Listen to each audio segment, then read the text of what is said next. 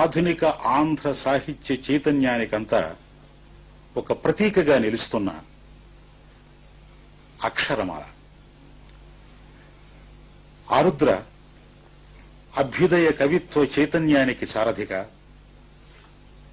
అపూర్వ ప్రయోగాలను నిర్మించినటువంటి కవిగా, పరిశోధకుడుగా, గేయకర్తగా, వ్యాసకర్తగా, మానవుడుగా,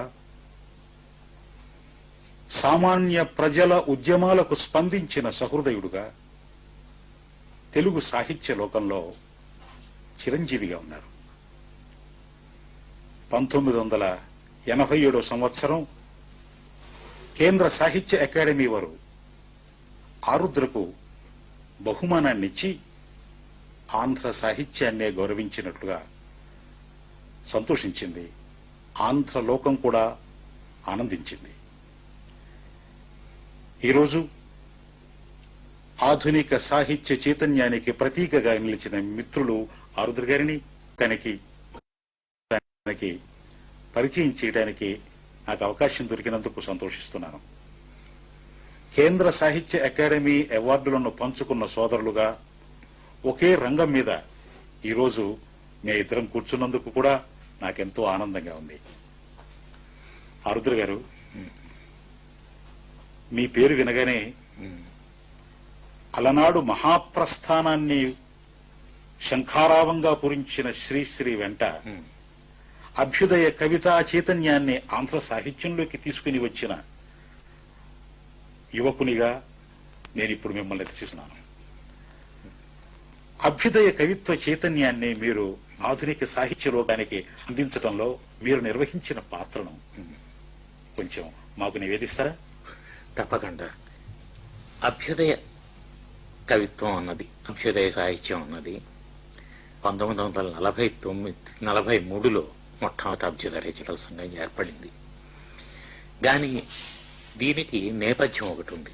ఆ నేపథ్యం ఏమిటి అని అనుకుంటే 1930లో ఇంగ్లాండ్లోకి వెళ్ళినటువంటి చాలా మంది భారతీయ సాహితీపరులు ప్రపంచం ఎలా మారుతుంది, మన దేశం, మన సాహిత్యాలు ఎందుకు మారటం లేదు, ఫ్యూడలిజంలో ఉంటుంది. కానీ కొంత వచ్చేసరికి ఏమవుతుందంటే, ఎంతవరకు వెళుతుందంటే అది అహమేవ పండిత, నేను ఒక్కడే పండితుడిని. అది ఇప్పుడు మనం చెప్పేమే అమలోదాశం దిష్ణాహంకార దోహల బ్రాహ్మీమయమూర్తి అన్నది ఆదిలో వస్తుంది. కానీ మీదకి వెళ్ళిన దగ్గర నుంచి ఏమవుతుందంటే, అహన్న పండిత, నేను పండితుడిని కాదు. ఇప్పుడు 60వ ఏట ఆరుద్ర అహన్న పండిత అంటాడు. ఎందుకంటే 60 ఏళ్ళు వచ్చాక చదువుకోక మన్ను కొట్టుకుంటామా అని అంటారు. కానీ 60 ఏళ్ళు వచ్చాక చదువుకుంటారు మొదలవుతుంది. అది జనాన్ని చూడడం అవుతుంది. ఎందుకంటే దేశభక్తి అన్నది స్వస్థాన వేష భాషలు అన్నాయి. స్వస్థానం అన్నది ఏమిటి, స్వదేశం అంటే ఏమిటి అని చూస్తే దేశం అంటే మట్టి కాదు, దేశం అంటే మనుషులు అని చెప్పాడు ఆయన. దేశం అంటే మనుషులు అని చెప్పాడు. కానీ ఏ మనుషులు దేశం అన్నది ఒక శ్రీశ్రీ చెప్పాడు.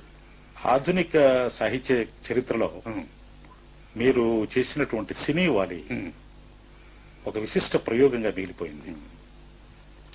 ఆ సినీవాలి రచించినప్పటి మీ అనుభవాలు, ఆ కవితా ఖండికలకు మీరు సమాజం నుండి పొందిన ప్రేరణ ఈ తరానికి కాస్త చెబితే. సినీవాలి నా కావ్యాల్లో రెండోది. అసలు పేరే వ్యాఖ్యాని పోల్సి. నా సినీవాలి నా కావ్యాల్లో రెండోది. నేను సినీవాలి పేరు అన్నది నేను పెట్టలేదు. త్వమేవాహం అన్న పేరు కూడా నేను నా మొదటి కావ్యానికి పెట్టలేదు. నా మొదటి కావ్యానికి నేను తెలంగాణ అని పేరు పెట్టాను. కానీ అది మొట్టమొదట శ్రోతలు విన్నారు. ఎవరంటే నా శ్రోతలు శ్రీరంగం శ్రీనివాసరావు, మల్లవరపు విశ్వేశ్వరరావు, పిలక గణపతి శాస్త్రి, జలసూత్రపు శాస్త్రి, నలుగురు కలిసి విన్నారు.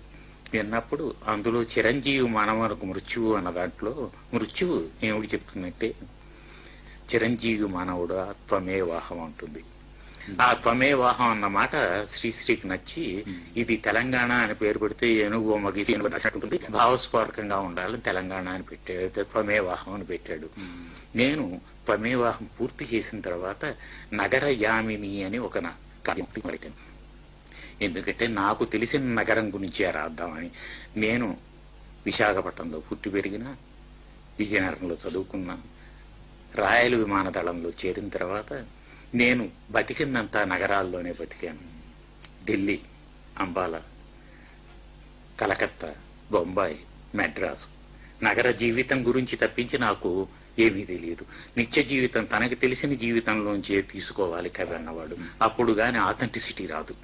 ఆ ఆథెంటిసిటీ కోసం నగర జీవితం గురించి, నగర యామిని గురించి రాద్దామని నగర యామిని అని రాసి కొన్ని భాగాలు పత్రికల్లో కూడా అచ్చు వేశాను. భారత రైతుత్వ సంచికలోను. అంతేకాక ఆధునిక కవిత్వంలో నగర జీవిత చిత్రణం అనేది అదే ఒక ప్రముఖ పాత్ర నిర్వహిస్తుంది. ఇప్పుడు ఎందుకంటే నాకు ప్రేరణ ఎవరంటే, మొట్టమొదటి చిన్నప్పుడు శ్రీశ్రీ అయినా శ్రీశ్రీ ప్రభావం నుంచి బయటకు రావాలి. శ్రీశ్రీ ఒక మర్రి చెట్టు లాంటి వాడు. ప్రతి మహాకవి ఒక మర్రి చెట్టు. ఆ మర్రి చెట్టు కదా ఇంకో చెట్టు మొలవదు. ఓడే దిగుతుంది తప్పించి ఇంకో చెట్టు మొలవదు. అంచేత ఆ ప్రభావం నుంచి తప్పించుకుంటేనే గాని నా స్వంత గొంతుకు వినిపించుకోవడం ఉండదని చెప్పి శ్రీశ్రీ తర్వాత వచ్చినటువంటి పటాభి ఇన్ఫ్లుయెన్స్ నా మీద చాలా ఉంది. పటాభిది అంతా నగర జీవితమే ఉంది. అలాగే నారాయణ బాబు ఇన్ఫ్లుయెన్స్ కూడా నా మీద చాలా ఉంది. నారాయణ బాబు మొట్టమొదట ఛందస్సులు విడిచిపెట్టి వచన కవిత్వంలోకి వెళ్ళాడు. ఆ వచన కవిత్వం, ఛందస్సు రెండూ కలుపుకుంటూ నేను రాసుకుంటూ వచ్చాను. ఆ నగరయామిని రాయడానికి, సినీవాలి రాయడానికి ఒక క్లార్క్ సూర్యారావు అన్నవాడిని ఒకరిని తీసుకున్నాను. ప్రతివాడు క్లార్కుగా పుట్టడు, బిడ్డగా పుడతాడు, పెరుగుతాడు, జీవితంలో ఉంటుంది, రాజకీయాల్లో చేరుతాడు, డక్కా మొక్కలు తింటాడు, విలాసాలకు వెళ్ళబోతాడు, చేయి కాల్చుకుంటాడు. తర్వాత పెళ్లి చేసుకొని బిడ్డలు పుట్టిన తర్వాత సంసార జీవితం ఇది చేస్తున్నప్పుడు ఈ సంఘంలో ఏ విధంగా ఇబ్బందులు పడతాడన్నది ఇది ఉంది. సినీవాలి అన్న పేరు పెట్టడానికి కారణం ఏమిటంటే నేను కాదు. నేను త్వమేవాహన్ రాసిన తర్వాత నా పద్యాలు కొన్ని తెలుగు కావ్యమాల అని సాహిత్య అకాడమీ వాళ్ళు పబ్లిష్ చేసినటువంటి గ్రంథంలో రాస్తూ, గ్రంథంలో ప్రకటించి నా బయోడేటా ఇస్తూ, ఈయన త్వమేవ సినీవాలి అనే కావ్యం రాశారని కాటూరు వెంకటేశ్వరరావు రాశారు. ఆయన మాట ఎందుకు వమ్ము చేయాలని నేను రాస్తున్న నగరయామిని సినీవాలి చేశాను. సినీవాలి అంటే అర్థం ఏమిటంటే, అమరకోశం దీని ప్రకారం యా దృష్టేందు కుహు ఆ నష్టేందు కడా సినీవాలి అన్నారు. అమావాస్య నాడు చంద్రకళ లేకపోతే అది కుహు అవుతుంది. అమావాస్య నాడు కూడా చంద్రకళ కనబడితే దాన్ని సినీవాలి అంటారు. ఆధునిక జీవితం పూర్తిగా అమావాస్య చీకట్లలోనే ఉంది. నా సినీవాలి ఎత్తుగడలోనే నేడు అమావాస్య అని మొదలెట్టాను. ఇంత అమావాస్యలో కూడా ఒక చంద్రకిరణం ఉంది కాబట్టి, ఆశారేఖ కింద ఉంది కాబట్టి మనం ఆశావాదుల కిందే ఉండాలని చెప్పి పూర్తిగా అది ధ్వనించేది తప్పించి పూర్తిగా ఆశావాదం అన్నది ఏమిటి అన్నది చివర తప్పొప్పుల పట్టిగా అని ఒక పద్యం రాశాను. తప్పొప్పుల్లో తాళిలో ఉన్న తప్పులు కాదు, జీవితంలో ఉండే తప్పొప్పులకి ఓ పట్టిక రాసి దాన్ని చేశాను. మొత్తం ఆధునిక జీవితంలో ఒక యువకుడి కథ తీసుకొని ఇది నేను రాసినప్పుడు, ఇతను రాజకీయాల్లో చేరడం నువ్వు రాసావు గాని రాజకీయాల్లో తీసుకోవాల్సిన పాత్ర ఎందుకు తీసుకోలేదు, ఏ మొత్తం ఏ రాజకీయ పంథాన్ని అనుసరిస్తే ఆశయాలు సిద్ధిస్తాయో అందులో ఎందుకు చేరలేదని నువ్వు చేరలేదు, అది నువ్వు ఎందుకు చిత్తనలేదంటే వాడు చేరలేదు కాబట్టి. అందరూ చేరితే నేను రాయవలసిన అవసరం లేదు, ఇంకోటి రాస్తాను, సినీవాలి రాయను. దాన్ని రాశారు. ఆత్రేయ గారి ఎన్జిఓ మధ్యతరగతి వ్యక్తులకు జీవితానికి ఒక ప్రతినిధిగా నిలిచినట్లు ఈ సినీవాలి వచన కవిత్వ ఉద్యమంలో మధ్యతరగతి జీవితానికి, మధ్యతరగతి నాయకునికి కూడా ఒక ప్రతీకగా నిలిచిందేమో అని అనుకుంటున్నాను. ప్రతీకగా నిలిచింది. ఎందుకంటే క్లార్కు సూర్యారావు అన్న పాత్రను తీసుకొని నాగభైరవ కోటీశ్వరరావు క్లార్కు సూర్యారావుని ఒక కామన్ ప్రతీకగా తీసుకొని కవన విజయం అనే కావ్యం చేశాడు.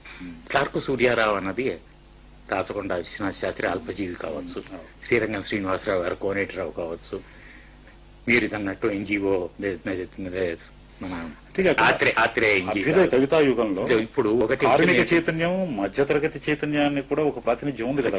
ఇప్పుడు కార్మిక చైతన్యం గురించి తహతాలాడుతున్నా తెలిసిన విషయాల గురించి రాద్దామని అభ్యుదయ కవులందరూ వచ్చిన వాళ్ళు మధ్యతరగతి నుంచి వచ్చిన వాళ్ళే.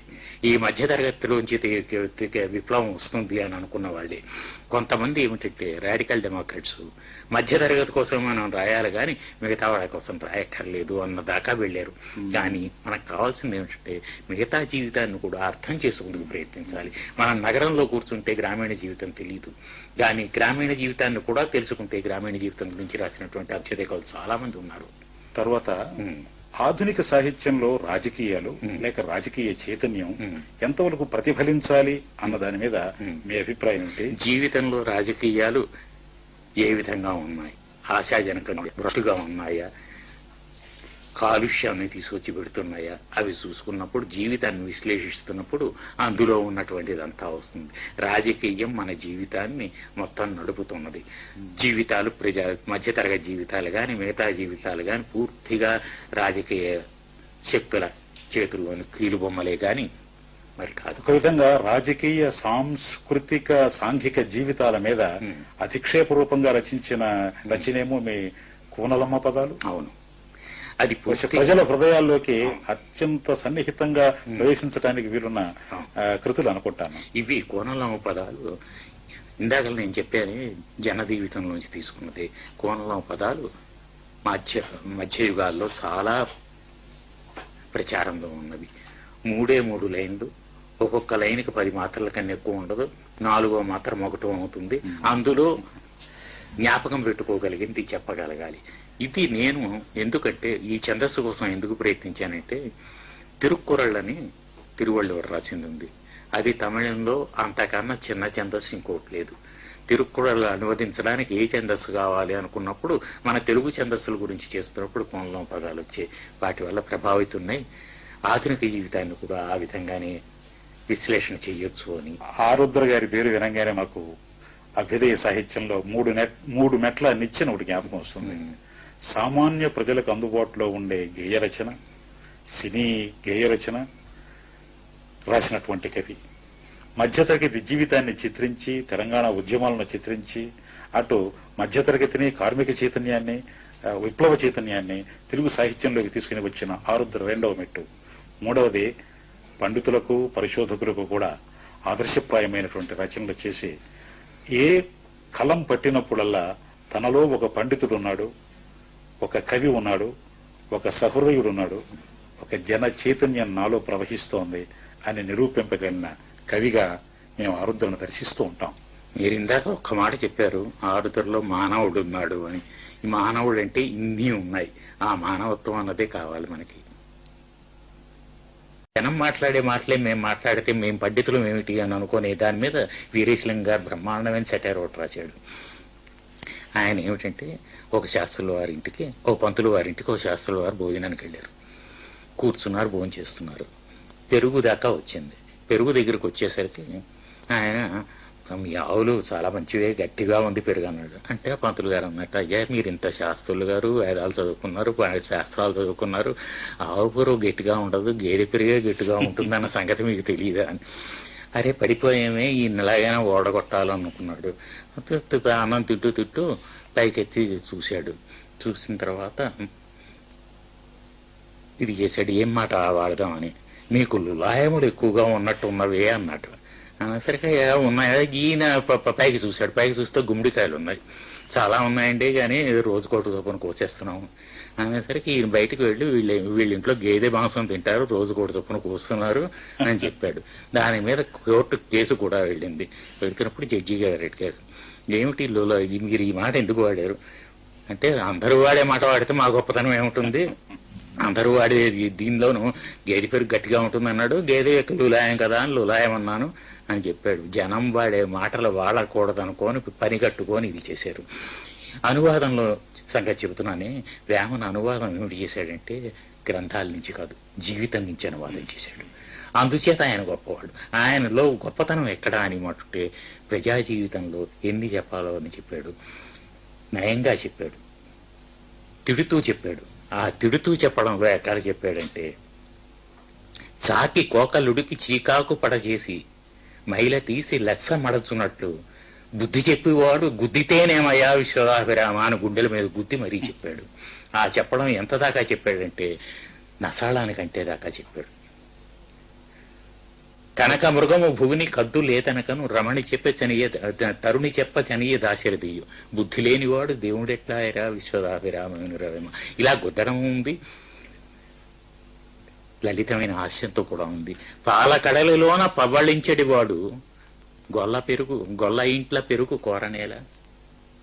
పాలకడలి మీద పవ్వళించెడివాడు గొల్ల ఇంట్ల పెరుగు కోరనేల. ఎంత వారికైనా ఎదుటి సొమ్ములు తీపి విశ్వదాభిరామేమో. ఒక విధంగా సమకాలీన సమాజాన్ని అంత నిశిత దృక్పథంతో, విశ్వశ్రయ దృక్పథంతో విమర్శించినటువంటి కవి మన తెలుగు సాహిత్యంలో నా భూతో నా భవిష్యత్ ఏమో అనిపిస్తుంది. ఆధునిక సామాజిక స్పృహ అనేది ఆ కాలంలోనే సాహిత్య లోకంలోకి అవతరింపజేసిన వాడు. అంటే జనంలోంచి వచ్చిన వాడు కాబట్టి, జనం గురించి రాసిన వాడు కాబట్టి, జనం మధ్య తిరిగిన వాడు కాబట్టి, జనంలోనూ ఎన్ని రకాలు ఉన్నాయో అన్ని తత్వాలు చూశాడు. బంగారం చేద్దాం అనుకున్నాడు, బంగారం కాదన్నాడు. యోగాలు చేశాడు, దానివల్ల ఏం లేదు, ఒడలు విరుచుకున్న దొరుకుతుందా మోక్షం అని. ఒక విధంగా మీ దృక్పథంలో వేమన కాలానికి ఒక విధంగా సమాంతరంగా వచ్చిన పదకవిత్వం యొక్క స్వరూపం, స్వభావాలు ఎటువంటిది అంటారు? ఇప్పుడు వేమన పదకవులు ఇద్దరిని చూస్తే ఇప్పుడు వేమన గొప్పతనం అంతా ఎద్దులో ఉందంటే, వేమన వీరశైవం నుంచి వచ్చినవాడు. వీరశైవంతో పాటు లోకాయతాన్ని చూసినవాడు, బౌద్ధాన్ని చూసినవాడు, జైనాన్ని చూసినవాడు. జైన మతం అప్పటికి చాలా ప్రచారంలో కూడా ఉంది. పూర్తిగా జైన మతం గురించి పరిశోధన చేసిన వాడికి తప్పించి వేమన మీద జైన ప్రభావం తెలియదు. ఆయన చెప్పింది ఏమిటంటే,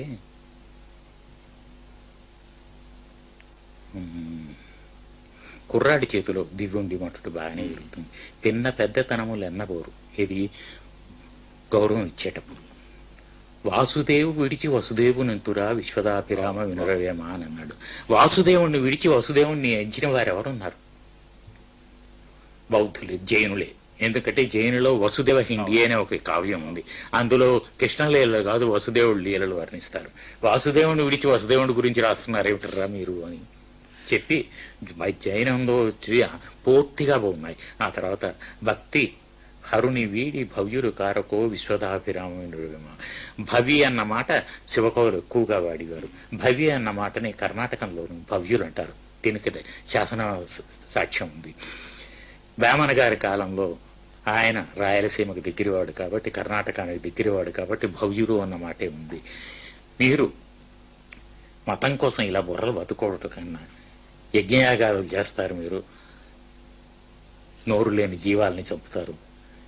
జీవహింస కూడదు, అహింస పరమధర్మం అన్నటువంటి జైనంలో చేరకూడదా అనే భక్తి హరుడు వీడి భక్తులు భవ్యులు కారకో అన్నాడు. ఒక విధంగా వేమన గారు ప్రవక్తలాగా మనకు కనపడితే, గురజాడ గారు ప్రయోక్తలాగా మనకు భాషిస్తారేమో. గురజాడ వారి దగ్గరికి వద్దాం.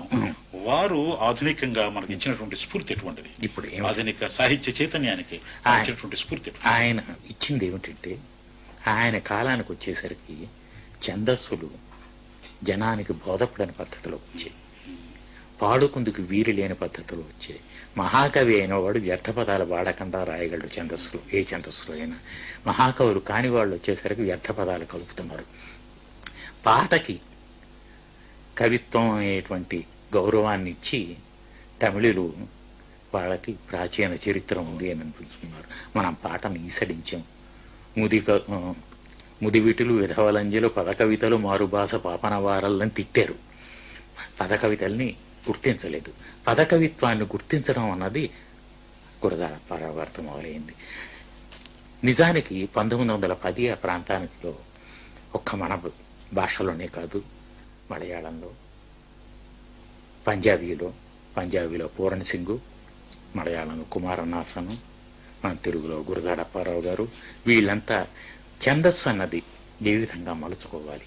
పాత వాటిని గురజాడ వారి ముత్యాల సరాలు వచ్చిన తర్వాత యువలోకం మీరందరూ కొత్తగా సాహిత్య రంగంలో ప్రయోగాలు చేస్తున్న సందర్భంలో ఆ ముత్యాల సరాల ప్రభావం మీ మీద ఎలా ఉండేది? మీరు ఎలా దాని గురించి స్పందిస్తూ ఉండేవారు? ముత్యాల సరం రాయలేకపోతే కవి కాడు అని, కందం చెప్పనివాడు కవి కానట్టే ముత్యాల సరం రాయనివాడు భావకవి కాడు. మా రోజుల్లో అప్పటికి ఇంకా అభ్యుదయ కవిత్వం రాలేదు కాబట్టి భావకవి అన్నది. అది చింతా దీక్షితులు గారు పూర్తిగా ప్రచారం చేశారు. బసవరాజు అప్పారావు వీళ్ళందరూ గురజాడ విప్లవాన్ని ముందుకు తీసుకుని వెళ్ళినాడు. గుత్తునాయని జాతి ముత్యాలు గుచ్చినాడే తెలుగు తల్లికి ఇత్తునా అని ఇచ్చినాడే ప్రేమతో అనేది చింతా దీక్షితులు గారు. ఈయన ప్రతి కవి తను ఏదైనా రాయిపోయేటప్పుడు ఏమిటి ఎంచుకోవాలి, ఎలా చెప్పాలి అన్నది ఉంటుంది. నా విన్నవి కన్నవి విన్నవించగా మాటలకై వెతుకాడకపోతే అవి శ్మశానాల వంటి నిఘంటువులు దాటి వ్యాకరణాల సర్ప పరిరంభం వదిలి వడివడిగా అడుగుడినై వెలువడినై అని శ్రీశ్రీ రాసినట్టే తాను చెప్పదలుచుకున్నది ఏ ఛందస్సులో చెప్పాలని నిశ్చయించుకున్నాడు. ఎలా చెప్పాలి? గుర్తునా ముత్యాల సరములు కూర్చుకొని తేటైన మాటల్లో చెబుతామని. ఇందులో ఏమిటి చెప్తాడు? కొత్త పాతల మేలు కలయిక క్రొమ్మెరంగులు చిమ్మగా. ఆ ఒక్క మాటతో చెప్పి మొత్తం తను చేయదలుచుకున్నది ఏమిటంటే కొత్తని పాతని కూడా మేలు కలయికలో చూపెట్టి క్రొమ్మెరుంగులు కొత్త మెరుపులేమో చూపెడతానన్నాడు. ఇది పండితులు మెచ్చుకోరని తెలుసు. మెచ్చనంటావు నీవిక మెచ్చకుంటే మించిపోయాను, కొయ్య బొమ్మలు మెచ్చుకళ్లకు కోమలలో చౌరెక్కునా అని. కందుకూరి వీరేశలింగం పంతులు గారి కాలం నుండి సంస్కరణ ఉద్యమంతో సాహిత్యం చేతులు కలిపి నడుస్తూ క్రమంగా అభ్యుదయ చైతన్యాన్ని అందుకుని ముందుకు రావడానికి గురజాడ గారు ప్రముఖ పాత్ర నిర్వహించారని మనం అనుకుంటాం. చాలా ప్రముఖ పాత్ర. ఆ అంశాన్ని ప్రేక్షకులకు కొంత వివరిస్తే. తప్పకుండా. ఇప్పుడు కందుకూరు వీరేశలింగం గారి జీవితం ఒక ఉద్యమం. గురజాడ అప్పారావు గారి జీవితంలో సాహిత్యం ఒక సాధనం. గురజాడ అప్పారావు గారి సాహిత్య రథానికి 2 చక్రాలు. ఒకటి స్పోకెన్ తెలుగు, రెండో సోషల్ రిఫార్మ్. ఈ 2 రథ చక్రాల మీదే ఆయన తీసుకొని వెళ్ళాడు. జారు బురద గట్లు గతకలో ఉన్న దారి నుంచి తప్పించి మంచి దిమ్మిసా కొట్టిన హై రోడ్డు మీదకి ఎలాగ మండించడం అన్నది ఆయన చేసింది. ఇది గురజాడ అప్పారావు గారు కన్యాశుల్కంలో వాడిన మాటే. అది చేయడానికి ఆయన ఏమైనా ఉద్యమాన్ని దృష్టిలో పెట్టుకున్నా, కవిత్వానికి కావలసినటువంటి ధ్వని అన్నది ఒకటి తెలిసినవాడు కాబట్టి ప్రచారం కుండబద్దల కొట్టినట్టు సూటిగా చెప్పకుండా ఇందాక చెప్పానే కాంతా సంహితంగాను ధ్వనిలో చెప్పించాడు ఆయన. ఆయన చేసింది ఏంటంటే నాటకాంతం సాహిత్యం. కన్యాశుల్కం అన్నది 1892లో మొట్టమొదట ప్రదర్శన జరిగింది. ఎప్పుడు రాశారో తెలియదు. ఆయన చేసుకున్నది ఏమిటంటే సాహిత్యం చదవడానికి జనం ప్రిపేర్గా లేనప్పుడు, వాళ్ళు చదవలేనప్పుడు మనం నాటక రంగాన్ని తప్పించి మరో దాన్ని ఆశ్రయించలేము, నాటక రంగమే ముఖ్యం అని చెప్పి ఆడడానికి నాటకం రాశాడు. చదువుకుందుకు నాటకం రాయలేదు. పండితులు కవులు చదువుకుందుకు నాటకాలు చాలా రాశారు, అనువాదాలు చేశారు. ఆడడానికి నాటకం రాసిన తర్వాత 92లో అది చాలా ప్రదర్శనలు అయిన తర్వాత 97 దాకా అచ్చు వేయలేదు. ఇది చాలా బాగుంది ఆ పుస్తకం అచ్చు వేయండి అంటే 97లో మొట్టమొదటి కన్యాశుల్కం అచ్చు వేశాడు. కానీ తనకు తృప్తి ఇవ్వలేదు. ఎందుకంటే అది కేవలం ఒక ఆడడానికి వేసుకున్నది, అందులో విధంగా గురజాడ గురుపీఠం అనేటువంటి శీర్షిక ఉన్నటువంటి వ్యాసాల సంపుటానికి కేంద్ర సాహిత్య అకాడమీ అవార్డు ఇవ్వడం ఆధునిక చైతన్యాన్ని గురించి మీరు చేసినటువంటి సమాలోచనానికే బహుమానం వచ్చినట్టుగా మేము భావిస్తున్నాం. అదొక్కటే కాదు, ఇటీవల కాలంలో గురజాడ గురుపీఠానికి కొంచెం కదలిక వచ్చింది.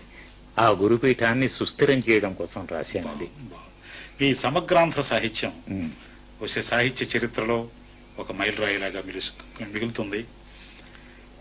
ఈ యుగ విభాగం మీద చాలా మందికి కొంత 12 సంపుటాలుగా మీరు రాయదలుచుకుని ఆ రాజవంశాల పేర్లు పెట్టి అధ్యాయ విభాగం చేశారు, లేక సంపుట విభాగం చేశారు, యుగ విభాగం చేశారు అని కొంతమంది భావిస్తూ ఉంటారు.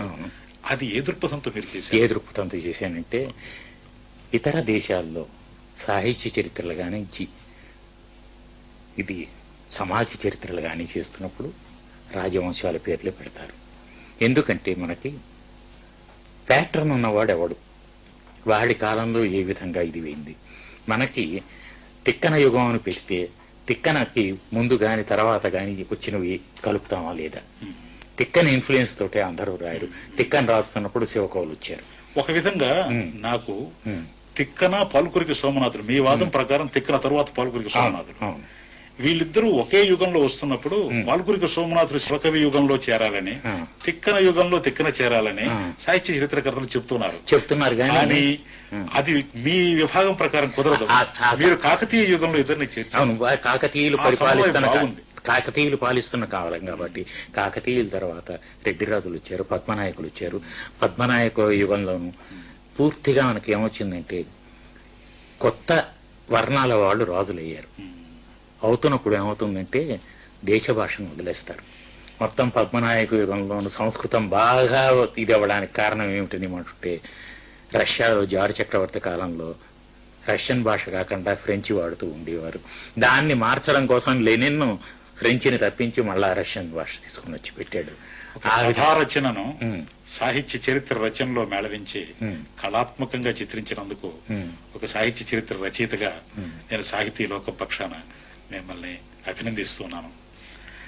ఆరుద్ర గారు, మీరు ఇంకా కొన్ని సంపుటాలు సాహిత్య చరిత్రలో వ్రాయవలసి ఉంది.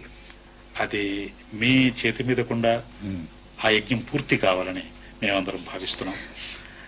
అంతేకాకుండా మీరు తెలుగు భాషలో విమర్శను రాయడమే కాకుండా అటు ఇంగ్లీష్లోను ఇతర భాషల్లోను ఇతర లలిత కళలను గురించి, నాట్యాన్ని గురించి, లలిత కళల గురించి ఎన్నో విషయాలు లోకానికి అందజేస్తున్నారు.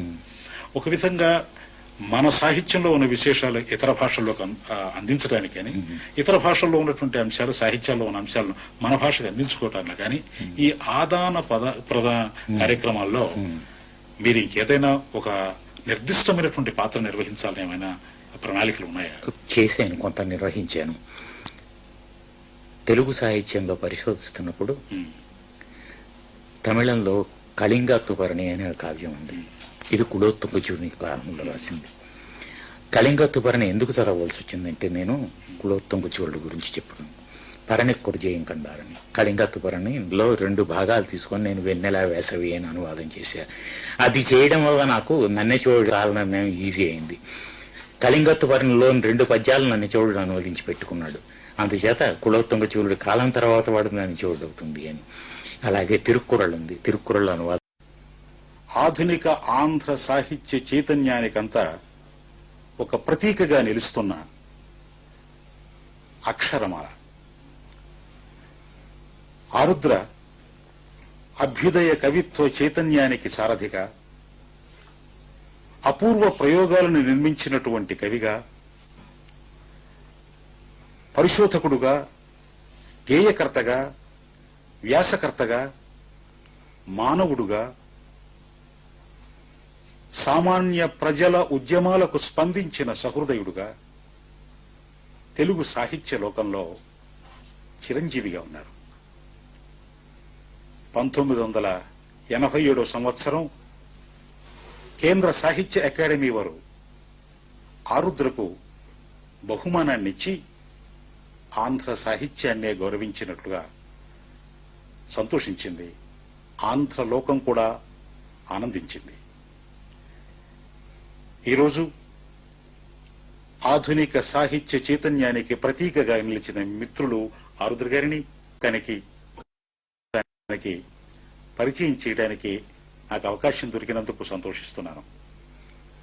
కేంద్ర సాహిత్య అకాడమీ అవార్డులను పంచుకున్న సోదరులుగా ఒకే రంగం మీద ఈరోజు మే ఇద్దరం కూర్చున్నందుకు కూడా నాకెంతో ఆనందంగా ఉంది. ఆరుద్ర గారు, మీ పేరు వినగానే అలనాడు మహాప్రస్థానాన్ని శంఖారావంగా పూరించిన శ్రీశ్రీ వెంట అభ్యుదయ కవితా చైతన్యాన్ని ఆంధ్ర సాహిత్యంలోకి తీసుకుని వచ్చిన యువకునిగా నేను ఇప్పుడు మిమ్మల్ని దర్శిస్తున్నాను. అభ్యుదయ కవిత్వ చైతన్యాన్ని మీరు ఆధునిక సాహిత్య లోకానికి అందించడంలో మీరు నిర్వహించిన పాత్రను కొంచెం మాకు నివేదిస్తారా? తప్పకుండా. అభ్యుదయ కవిత్వం అన్నది, అభ్యుదయ సాహిత్యం అన్నది 1943లో మొట్టమొదటి అభ్యుదయ రచయితల సంఘం ఏర్పడింది. కానీ దీనికి నేపథ్యం ఒకటి ఉంది. ఆ నేపథ్యం ఏమిటి అని మాట్లాడుకుంటే 1930లో ఇంగ్లాండ్లోకి వెళ్ళినటువంటి చాలా మంది భారతీయ సాహితీపరులు ప్రపంచం ఎలా మారుతుంది, మన దేశం మన సాహిత్యాలు ఎందుకు మారటం లేదు, ఫ్యూడలిజంలో ఉంటుంది. కానీ కొంత వచ్చేసరికి ఏమవుతుందంటే, ఎంతవరకు వెళుతుందంటే అది అహమేవ పండిత, నేను ఒక్కడే పండితుడిని అని. అది ఇప్పుడు మనం చెప్పేమే అమలోదాశం అని దేశాహంకార దోహల బ్రాహ్మీమయమూర్తి అన్నది ఆదిలో వస్తుంది. కానీ మీదకు వెళ్ళిన దగ్గర నుంచి ఏమవుతుందంటే, అహన్న పండిత, నేను పండితుడిని కాదు, ఇప్పుడు 60 ఏట ఆరుద్ర అహన్న పండిత అంటాడు. ఎందుకంటే 60 ఏళ్ళు వచ్చాక చదువుకోక మన్ను కొట్టుకుంటామా అని అంటారు, కానీ 60 ఏళ్ళు వచ్చాక చదువుకుంటారు మొదలవుతుంది. అది జనాన్ని చూడడం అవుతుంది. ఎందుకంటే దేశభక్తి అన్నది స్వస్థాన వేష భాషలు అన్నాయి. స్వస్థానం అన్నది ఏమిటి, స్వదేశం అంటే ఏమిటి అని చూస్తే దేశం అంటే మట్టి కాదు, దేశం అంటే మనుషులని చెప్పాడు ఆయన. దేశం అంటే మనుషులని చెప్పాడు, కానీ ఏ మనుషులు దేశం అన్నది ఒక శ్రీశ్రీ చెప్పాడు. ఆధునిక సాహిత్య చరిత్రలో మీరు చేసినటువంటి సినీ వాలి ఒక విశిష్ట ప్రయోగంగా మిగిలిపోయింది. ఆ సినీ వాలి రచించినప్పుడే మీ అనుభవాలు, ఆ కవితా ఖండికలకు మీరు సమాజం నుండి పొందిన ప్రేరణ ఈ తరానికి కాస్త చెబితే చెప్తా. సినీవాలి నా కావ్యాల్లో రెండోది. అసలు పేరే వ్యాఖ్యాని పోల్సి. నా సినీవాలి నా కావ్యాల్లో రెండోది. నేను సినీవాలి పేరు అన్నది నేను పెట్టలేదు. త్వమేవాహం అన్న పేరు కూడా నేను నా మొదటి కావ్యానికి పెట్టలేదు. నా మొదటి కావ్యానికి నేను తెలంగాణ అని పేరు పెట్టాను. కానీ అది మొట్టమొదట శ్రోతలు విన్నారు. ఎవరంటే నా శ్రోతలు శ్రీరంగం శ్రీనివాసరావు, మల్లవరపు విశ్వేశ్వరరావు, పిలక గణపతి శాస్త్రి, జలసూత్ర కూనా శాస్త్రి నలుగురు కలిసి విన్నారు. విన్నప్పుడు అందులో చిరంజీవి మానవులకు మృత్యువు అన్న దాంట్లో మృత్యువు ఏమిటి చెప్తుందంటే చిరంజీవి మానవుడు త్వమేవాహం అంటుంది. ఆ త్వమేవాహం అన్న మాట శ్రీశ్రీకి నచ్చి ఇది తెలంగాణ అని పేరు పెడితే ఏనుగు మగిసి ఉంటుంది, భావస్ఫోరకంగా ఉండాలని తెలంగాణ అని పెట్టాడు, త్వమేవాహం అని పెట్టాడు. నేను త్వమేవాహం పూర్తి చేసిన తర్వాత నగర యామిని అని ఒక కావ్యం పెట్టాను. ఎందుకంటే నాకు తెలిసిన నగరం గురించి రాద్దామని. నేను విశాఖపట్నంలో పుట్టి పెరిగిన, విజయనగరంలో చదువుకున్నా, రాయలు విమానదళంలో చేరిన తర్వాత నేను బతికినంత నగరాల్లోనే బతికాను. ఢిల్లీ, అంబాలా, కలకత్తా, బొంబాయి, మెడ్రాసు. నగర జీవితం గురించి తప్పించి నాకు ఏమీ తెలియదు. నిత్య జీవితం తనకి తెలిసిన జీవితంలోంచి తీసుకోవాలి కవి అన్నవాడు. అప్పుడు గాని ఆథెంటిసిటీ రాదు. ఆ ఆథెంటిసిటీ కోసం నగర జీవితం గురించి, నగర యామిని గురించి రాద్దామని నగర యామిని అని రాసి కొన్ని భాగాలు పత్రికల్లో కూడా అచ్చు వేశాను. భారత రైతుతో సంచికలోను. అంతేకాక ఆధునిక కవిత్వంలో నగర జీవిత చిత్రణం అనేది అదే ఒక ప్రముఖ పాత్ర నిర్వహిస్తుంది. ఇప్పుడు ఎందుకంటే నాకు ప్రేరణ ఎవరంటే మొట్టమొదటి చిన్నప్పుడు శ్రీశ్రీ అయినా శ్రీశ్రీ ప్రభావం నుంచి బయటకు రావాలి. శ్రీశ్రీ ఒక మర్రి చెట్టు లాంటి వాడు. ప్రతి మహాకవి ఒక మర్రి చెట్టు. ఆ మర్రి చెట్టు కానీ ఇంకో చెట్టు మొలవదు. ఓడే దిగుతుంది తప్పించి ఇంకో చెట్టు మొలవదు. అంచేత ఆ ప్రభావం నుంచి తప్పించుకుంటేనే గాని నా సొంత గొంతుకు వినిపించుకోవడం ఉండదని చెప్పి శ్రీశ్రీ తర్వాత వచ్చినటువంటి పటాభి ఇన్ఫ్లుయెన్స్ నా మీద చాలా ఉంది. పటాభిది అంతా నగర జీవితమే ఉంది. అలాగే నారాయణ బాబు ఇన్ఫ్లుయెన్స్ కూడా నా మీద చాలా ఉంది. నారాయణ బాబు మొట్టమొదట ఛందస్సులు విడిచిపెట్టి వచన కవిత్వంలోకి వెళ్ళాడు. ఆ వచన కవిత్వం ఛందస్సు రెండూ కలుపుకుంటూ నేను రాసుకుంటూ వచ్చా. ఆ నగరయామిని రాయడానికి, సినీవాలి రాయడానికి ఒక క్లార్క్ సూర్యారావు అన్నవాడిని ఒకరిని తీసుకున్నాను. ప్రతివాడు క్లార్కుగా పుట్టడు, బిడ్డగా పుడతాడు, పెరుగుతాడు, జీవితంలో ఉంటుంది, రాజకీయాల్లో చేరుతాడు, టక్కా మొక్కలు తింటాడు, విలాసాలకు వెళ్ళబోతాడు, చెయ్యి కాల్చుకుంటాడు. తర్వాత పెళ్లి చేసుకొని బిడ్డలు పుట్టిన తర్వాత సంసార జీవితం ఇది చేస్తున్నప్పుడు ఈ సంఘంలో ఏ విధంగా ఇబ్బందులు పడతాడన్నది ఇది ఉంది. సినీవాలి అన్న పేరు పెట్టడానికి కారణం ఏమిటంటే నేను కాదు. నేను త్వమేవాహం రాసిన తర్వాత నా పద్యాలు కొన్ని తెలుగు కావ్యమాల అని సాహిత్య అకాడమీ వాళ్ళు పబ్లిష్ చేసినటువంటి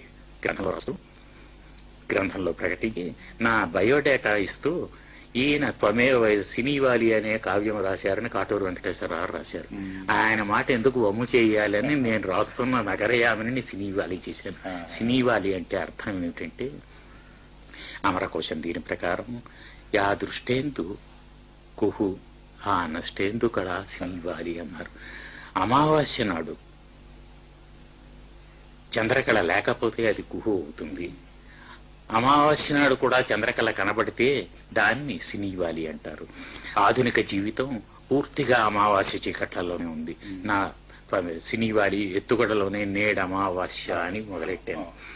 ఇంత అమావాస్యలో కూడా ఒక చంద్రకిరణం ఉంది కాబట్టి, ఆశారేఖ కింద ఉంది కాబట్టి మనం ఆశావాదుల కిందే ఉండాలని చెప్పి పూర్తిగా అది ధ్వనించేది తప్పించి పూర్తిగా ఆశావాదం అన్నది ఏమిటి అన్నది చివర తప్పొప్పుల పట్టిక అని ఒక పద్యం రాశాను. తప్పొప్పుల్లో తాళిలో ఉన్న తప్పులు కాదు, జీవితంలో ఉండే తప్పొప్పులకి ఓ పట్టిక రాసి దాన్ని చేశాను. మొత్తం ఆధునిక జీవితంలో ఒక యువకుడి కథ తీసుకొని ఇది నేను రాసినప్పుడు, ఇతను రాజకీయాల్లో చేరడం నువ్వు రాసావు గాని రాజకీయాల్లో తీసుకోవాల్సిన పాత్ర ఎందుకు తీసుకోలేదు, ఏ మొత్తం ఏ రాజకీయ పంథాన్ని అనుసరిస్తే ఆశయాలు సిద్ధిస్తాయో అందులో ఎందుకు చేరలేదని నువ్వు చేరలేదు, అది నువ్వు ఎందుకు చిత్రించలేదంటే వాడు చేరలేదు కాబట్టి. అందరూ చేరితే నేను రాయవలసిన అవసరం లేదు, ఇంకోటి రాస్తాను, సినివాలి రాయను. దాన్ని రాశాడు. ఆత్రేయ గారి ఎన్జిఓ మధ్యతరగతి వ్యక్తులకు జీవితానికి ఒక ప్రతినిధిగా నిలిచినట్లు ఈ సినివాలి వచన కవిత్వ ఉద్యమంలో మధ్యతరగతి జీవితానికి మధ్యతరగతి నాయకునికి కూడా ఒక ప్రతీకగా నిలిచిందేమో అని అనుకుంటున్నాను. ప్రతీకగా నిలిచింది. ఎందుకంటే క్లార్కు సూర్యారావు అన్న పాత్రను తీసుకొని నాగభైరవ కోటీశ్వరరావు క్లార్కు సూర్యారావుని ఒక కామన్ ప్రతీకగా తీసుకొని కవన విజయం అనే కావ్యం చేశాడు. క్లార్కు సూర్యారావు అన్నది రాచకొండ విశ్వనాథ శాస్త్రి అల్పజీవి కావచ్చు, శ్రీరంగం శ్రీనివాసరావు గారు కోనేటిరావు కావచ్చు, మీరు అన్నట్టు ఎన్జిఓ మన కవితా యుగంలో ఇప్పుడు ఒకటి కార్మిక చైతన్యం మధ్యతరగతి చైతన్యాన్ని కూడా ఒక ప్రాతినిధ్యం ఉంది కదా. ఇప్పుడు కార్మిక చైతన్యం గురించి తహతాలాడుతున్నా తెలిసిన విషయాల గురించి రాద్దామని అభ్యుదయ కవులందరూ వచ్చిన వాళ్ళు మధ్యతరగతి నుంచి వచ్చిన వాళ్ళే. ఈ మధ్యతరగతిలోంచి విప్లవం వస్తుంది అని అనుకున్న వాళ్ళే. కొంతమంది ఏమిటంటే రాడికల్ డెమోక్రాట్స్ మధ్యతరగతి కోసం మనం రాయాలి కానీ మిగతా వాళ్ళ కోసం రాయక్కర్లేదు అన్న దాకా వెళ్లారు. కానీ మనకు కావాల్సింది ఏమిటంటే మిగతా జీవితాన్ని కూడా అర్థం చేసుకుందుకు ప్రయత్నించాలి. మనం నగరంలో కూర్చుంటే గ్రామీణ జీవితం తెలియదు, కానీ గ్రామీణ జీవితాన్ని కూడా తెలుసుకుంటే గ్రామీణ జీవితం గురించి రాసినటువంటి అభ్యుదయకులు చాలా మంది ఉన్నారు. తర్వాత ఆధునిక సాహిత్యంలో రాజకీయాలు లేక రాజకీయ చైతన్యం ఎంతవరకు ప్రతిఫలించాలి అన్న దాని మీద మీ అభిప్రాయం ఏంటి? జీవితంలో రాజకీయాలు ఏ విధంగా ఉన్నాయి, ఆశాజనకంగా భ్రష్టుగా ఉన్నాయా, కాలుష్యాన్ని తీసుకొచ్చి పెడుతున్నాయా, అవి చూసుకున్నప్పుడు జీవితాన్ని విశ్లేషిస్తున్నప్పుడు అందులో ఉన్నటువంటిదంతా వస్తుంది. రాజకీయం మన జీవితాన్ని మొత్తం నడుపుతున్నది. జీవితాలు మధ్యతరగతి జీవితాలు గాని మిగతా జీవితాలు గాని పూర్తిగా రాజకీయ శక్తుల చేతుల్లోని కీలుబొమ్మలే గాని మరి కాదు. ఒక విధంగా రాజకీయ సాంస్కృతిక సాంఘిక జీవితాల మీద అధిక్షేప రూపంగా రచించిన రచనేమో మీ కూనలమ్మ పదాలు. అవును, అది ప్రజల హృదయాల్లోకి అత్యంత సన్నిహితంగా ప్రవేశించడానికి వీలున్న కృతులు అనుకుంటాను. ఇవి కోనలమ్మ పదాలు ఇందాక నేను చెప్పాను జన జీవితంలోంచి తీసుకున్నది. కోనలమ్మ పదాలు మధ్యయుగాల్లో చాలా ప్రచారంలో ఉన్నవి. 3 లైన్లు, ఒక్కొక్క లైన్కి 10 మాత్రల కన్నా ఎక్కువ ఉండదు, 4వ మాత్ర ఒకటో అవుతుంది. అందులో జ్ఞాపకం పెట్టుకోగలిగింది చెప్పగలగాలి. ఇది నేను ఎందుకంటే ఈ ఛందస్సు కోసం ఎందుకు ప్రయత్నించానంటే తిరుక్కురళ్ళని తిరువళ్ళువర్ రాసింది ఉంది. అది తమిళంలో అంతకన్నా చిన్న ఛందస్సు ఇంకోటి లేదు. తిరుక్కురళ్ళు అనువదించడానికి ఏ ఛందస్సు కావాలి అనుకున్నప్పుడు మన తెలుగు ఛందస్సుల గురించి చేస్తున్నప్పుడు కోనలం పదాలు వచ్చాయి. వాటి వల్ల ప్రభావితున్నాయి. ఆధునిక జీవితాన్ని కూడా ఆ విధంగానే విశ్లేషణ చెయ్యొచ్చు అని. ఆరుద్ర గారి పేరు వినంగానే మాకు అభ్యుదయ సాహిత్యంలో 3 మెట్ల నిచ్చెన ఒకటి జ్ఞాపకం వస్తుంది. సామాన్య ప్రజలకు అందుబాటులో ఉండే గేయ రచన, సినీ గేయ రచన రాసినటువంటి కవి, మధ్యతరగతి జీవితాన్ని చిత్రించి తెలంగాణ ఉద్యమాలను చిత్రించి అటు మధ్యతరగతిని కార్మిక చైతన్యాన్ని విప్లవ చైతన్యాన్ని తెలుగు సాహిత్యంలోకి తీసుకుని వచ్చిన ఆరుద్ర 2వ మెట్టు. 3వది పండితులకు పరిశోధకులకు కూడా ఆదర్శప్రాయమైనటువంటి రచనలు చేసి ఏ కలం పట్టినప్పుడల్లా తనలో ఒక పండితుడు ఉన్నాడు, ఒక కవి ఉన్నాడు, ఒక సహృదయుడు ఉన్నాడు, ఒక జన చైతన్యం నాలో ప్రవహిస్తోంది అని నిరూపింపగలిగిన కవిగా మేము ఆరుద్రను దర్శిస్తూ ఉంటాం. మీరు ఇందాక ఒక్క మాట చెప్పారు, ఆరుద్రలో మానవుడు ఉన్నాడు అని. ఈ మానవుడు అంటే ఇన్ని ఉన్నాయి. ఆ మానవత్వం అన్నదే కావాలి మనకి. జనం మాట్లాడే మాటలే మేము మాట్లాడితే మేము పండితులు ఏమిటి అని అనుకునే దాని మీద వీరేశలింగం గారు బ్రహ్మాండమైన సెటైర్ ఒకటి రాశాడు. ఆయన ఏమిటంటే ఒక శాస్త్రుల వారింటికి, ఒక పంతులు వారింటికి ఒక శాస్త్రుల వారు భోజనానికి వెళ్ళారు. కూర్చున్నారు, భోజనం చేస్తున్నారు. పెరుగు దాకా వచ్చింది. పెరుగు దగ్గరికి వచ్చేసరికి ఆయన మీ ఆవులు చాలా మంచివే, గట్టిగా ఉంది పెరుగు అన్నాడు. అంటే పంతులు గారు అన్నట్టు, అయ్యా మీరు ఇంత శాస్త్రులు గారు, వేదాలు చదువుకున్నారు, శాస్త్రాలు చదువుకున్నారు, ఆవు పెరుగు గట్టిగా ఉండదు, గేదె పెరుగే గట్టిగా ఉంటుంది అన్న సంగతి మీకు తెలియదా అని. అరే పడిపోయామే, ఈయనలాగైనా ఓడగొట్టాలనుకున్నాడు. అన్నం తిట్టు పైకెత్తి చూశాడు. చూసిన తర్వాత ఇది చేశాడు, ఏం మాట వాడదామని. మీకు లులాయములు ఎక్కువగా ఉన్నట్టు ఉన్నవే అన్నట్టు.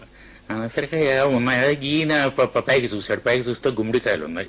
చాలా ఉన్నాయండి, కానీ రోజుకోటి చొప్పున కోసేస్తున్నాము అనేసరికి ఈయన బయటకు వెళ్ళి వీళ్ళ ఇంట్లో గేదె మాంసం తింటారు, రోజుకోటి చొప్పున కోస్తున్నారు అని చెప్పాడు. దాని మీద కోర్టు కేసు కూడా వెళ్ళింది.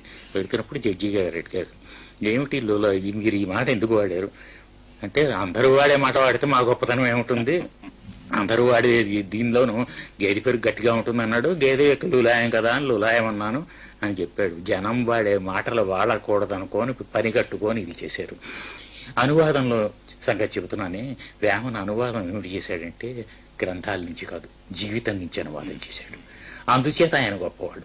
ఆయనలో గొప్పతనం ఎక్కడా అని మట్టే ప్రజా జీవితంలో ఎన్ని చెప్పాలో అని చెప్పాడు. నయంగా చెప్పాడు, తిడుతూ చెప్పాడు. ఆ తిడుతూ చెప్పడంలో ఎక్కడ చెప్పాడంటే, చాకి కోకలుడికి చీకాకు పడజేసి మైల తీసి లెస్స మడచున్నట్లు బుద్ధి చెప్పేవాడు గుద్దితేనేమయ్యా విశ్వదాభిరామ అని గుండెల మీద గుద్ది మరీ చెప్పాడు. ఆ చెప్పడం ఎంత దాకా చెప్పాడంటే, నసాళానికంటే దాకా చెప్పాడు. కనక మృగము భువిని కద్దు లేతనకను రమణి చెప్ప చనియ తరుణి చెప్ప చనియ దాశరథియు బుద్ధి లేనివాడు దేవుడెట్లా ఎరా విశ్వదాభిరామ. ఇలా గుద్దడం ఉంది, లలితమైన హాస్యంతో కూడా ఉంది. పాలకడలిలోన పవ్వళించడివాడు గొల్ల ఇంట్ల పెరుగు కోరనేల. పాలకడలి మీద పవ్వళించడివాడు గొల్ల ఇంట్ల పెరుగు కోరనేల.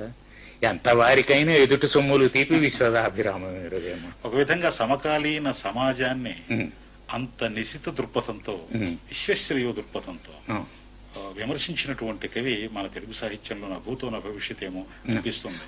ఆధునిక సామాజిక స్పృహ అనేది ఆ కాలంలోనే సాహిత్య లోకంలోకి అవతరింపజేసిన వాడు.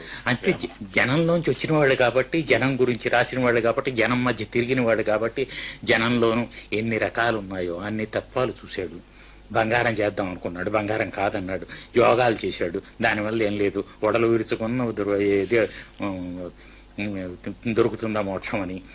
ఒక విధంగా మీ దృక్పథంలో వేమన కాలానికి ఒక విధంగా సమాంతరంగా వచ్చిన పదకవిత్వం యొక్క స్వభావాలు ఎటువంటిది అంటారు? ఇప్పుడు వేమన పదకవులు ఇద్దరిని చూస్తే, ఇప్పుడు వేమన గొప్పతనం అంతా ఎద్దులో ఉందంటే, వేమన వీరశైవం నుంచి వచ్చినవాడు. వీరశైవంతో పాటు లోకాయతాన్ని చూసినవాడు, బౌద్ధాన్ని చూసినవాడు, జైనాన్ని చూసినవాడు. జైన మతం అప్పటికి చాలా ప్రచారంలో కూడా ఉంది. పూర్తిగా జైన మతం గురించి పరిశోధన చేసిన వాడికి తప్పించి వేమన మీద జైన ప్రభావం తెలియదు. ఆయన చెప్పింది ఏమిటంటే,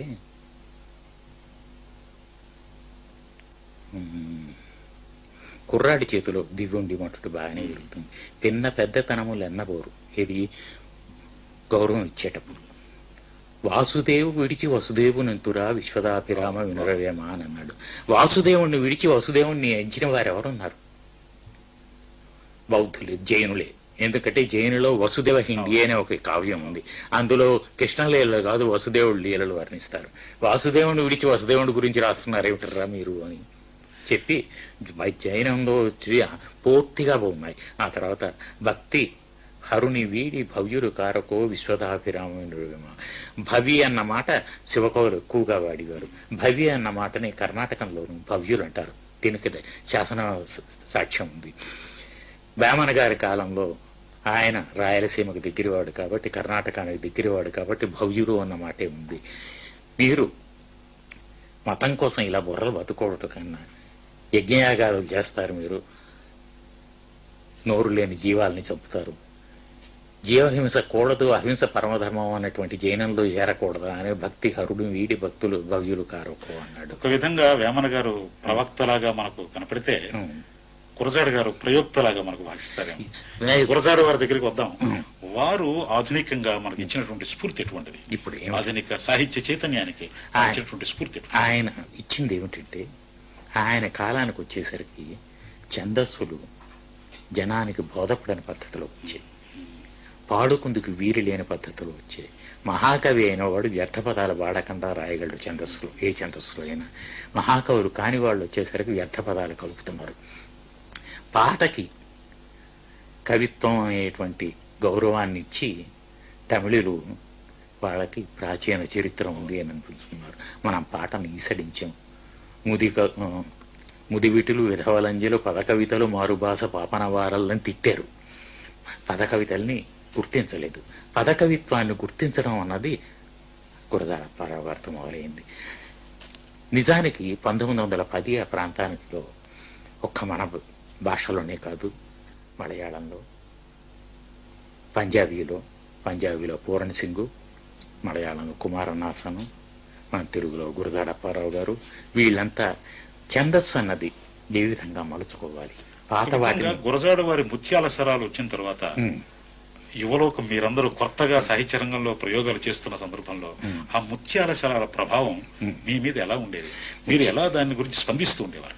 ముత్యాల సరం రాయలేకపోతే కవి కాడు అని, కందం చెప్పనివాడు కవి కానట్టే ముత్యాల సరం రాయనివాడు భావకవి కాడు. మా రోజుల్లో అప్పటికింకా అభ్యుదయ కవిత్వం రాలేదు కాబట్టి భావకవి అన్నది. అది చింతా దీక్షితులు గారు పూర్తిగా ప్రచారం చేశారు. బసవరాజు అప్పారావు వీళ్ళందరూ గురజాడ విప్లవాన్ని ముందుకు తీసుకుని వెళ్ళినాడు. గుత్తునాయని జాతి ముత్యాలు గుచ్చినాడే తెలుగు తల్లికి ఇత్తునా అని ఇచ్చినాడే ప్రేమతో అనేది చింతా దీక్షితులు గారు. ఈయన ప్రతి కవి తను ఏదైనా రాయిపోయేటప్పుడు ఏమిటి ఎంచుకోవాలి, ఎలా చెప్పాలి అన్నది ఉంటుంది. నా విన్నవి కన్నవి విన్నవించగా మాటలకై వెతుకాడకపోతే అవి శ్మశానాల వంటి నిఘంటువులు దాటి వ్యాకరణాల సర్ప పరిరంభం వదిలి వడివడిగా అడుగుడినై వెలువడినై అని శ్రీశ్రీ రాసినట్టే తను చెప్పదలుచుకున్నది ఏ ఛందస్సులో చెప్పాలన్నది నిశ్చయించుకున్నాడు. ఎలా చెప్పాలి? గుర్తునా ముత్యాల సరములు కూర్చుకొని తేటైన మాటల్లో చెబుతామని. ఇందులో ఏమిటి చెప్తాడు? కొత్త పాతల మేలు కలయిక క్రొమ్మెరంగులు చిమ్మగా. ఆ ఒక్క మాటతో చెప్పి మొత్తం తను చేయదలుచుకున్నది ఏమిటంటే కొత్తని పాతని కూడా మేలు కలయికలో చూపెట్టి క్రొమ్మెరుంగులు కొత్త మెరుపులేమో చూపెడతానన్నాడు. ఇది పండితులు మెచ్చుకోరని తెలుసు. మెచ్చనంటావు నీవిక మెచ్చగుంటే మించిపోయాను, కొయ్య బొమ్మలు మెచ్చుకళ్లకు కోమలలో చౌరెక్కునా అని. కందుకూరి వీరేశలింగం పంతులు గారి కాలం నుండి సంస్కరణ ఉద్యమంతో సాహిత్యం చేతులు కలిపి నడుస్తూ క్రమంగా అభ్యుదయ చైతన్యాన్ని అందుకుని ముందుకు రావడానికి గురజాడ గారు ప్రముఖ పాత్ర నిర్వహించారని మనం అనుకుంటాం. చాలా ప్రముఖ పాత్ర. ఆ అంశాన్ని ప్రేక్షకులకు కొంత వివరిస్తే. తప్పకుండా. ఇప్పుడు కందుకూరు వీరేశలింగం గారి జీవితం ఒక ఉద్యమం. గురజాడ అప్పారావు గారి జీవితంలో సాహిత్యం ఒక సాధనం. గురజాడ అప్పారావు గారి సాహిత్య రథానికి 2 చక్రాలు. ఒకటి స్పోకెన్ తెలుగు, రెండో సోషల్ రిఫార్మ్. ఈ 2 రథ చక్రాల మీదే ఆయన తీసుకొని వెళ్ళాడు. జారు బురద గట్లు గతకలో ఉన్న దారి నుంచి తప్పించి మంచి దిమ్మిసా కొట్టిన హై రోడ్డు మీదకి ఎలాగ మండించడం అన్నది ఆయన చేసింది. ఇది గురజాడ అప్పారావు గారు కన్యాశుల్కంలో వాడిన మాటే. అది చేయడానికి ఆయన ఏమైనా ఉద్యమాన్ని దృష్టిలో పెట్టుకున్నా, కవిత్వానికి కావలసినటువంటి ధ్వని అన్నది ఒకటి తెలిసినవాడు కాబట్టి ప్రచారం కుండబద్దల కొట్టినట్టు సూటిగా చెప్పకుండా, ఇందాక చెప్పానే కాంతా సంహితంగాను ధ్వనిలో చెప్పించాడు ఆయన. ఆయన చేసింది ఏంటంటే నాటకాంతం సాహిత్యం.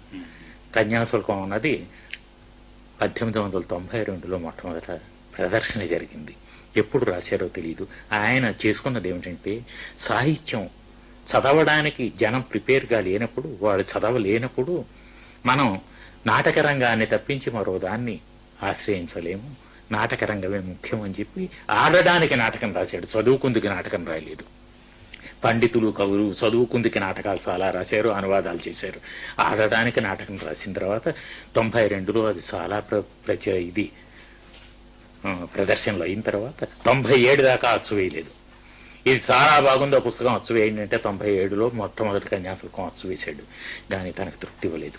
ఎందుకంటే అది కేవలం ఒక ఆడడానికి వేసుకున్నది, అందులో విధంగా గురజాడ గురుపీఠం అనేటువంటి శీర్షిక ఉన్నటువంటి వ్యాసాలు చంపడానికి కేంద్ర సాహిత్య అకాడమీ అవార్డు ఇవ్వడం ఆధునిక చైతన్యాన్ని గురించి మీరు చేసినటువంటి సమాలోచనానికే అవును. బహుమానం వచ్చినట్టుగా మేము భావిస్తున్నాం. అదొక్కటే కాదు, ఇటీవల కాలంలో గురజాడ గురుపీఠానికి కొంచెం కదలిక వచ్చింది.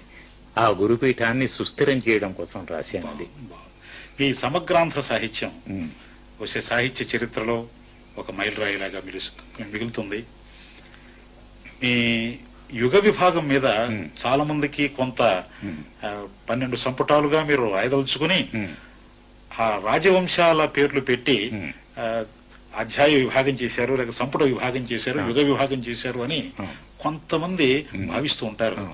అది ఏ దృక్పథంతో మీరు చేశారు? ఏ దృక్పథంతో చేశానంటే, ఇతర దేశాల్లో సాహిత్య చరిత్రలు కానీ ఇది సమాజ చరిత్రలు కానీ చేస్తున్నప్పుడు రాజవంశాల పేర్లే పెడతారు. ఎందుకంటే మనకి ప్యాటర్న్ ఉన్నవాడు ఎవడు, వాడి కాలంలో ఏ విధంగా ఇది పోయింది. మనకి తిక్కన యుగం అని పెడితే తిక్కనకి ముందు గాని తర్వాత గాని వచ్చినవి కలుపుతామా లేదా?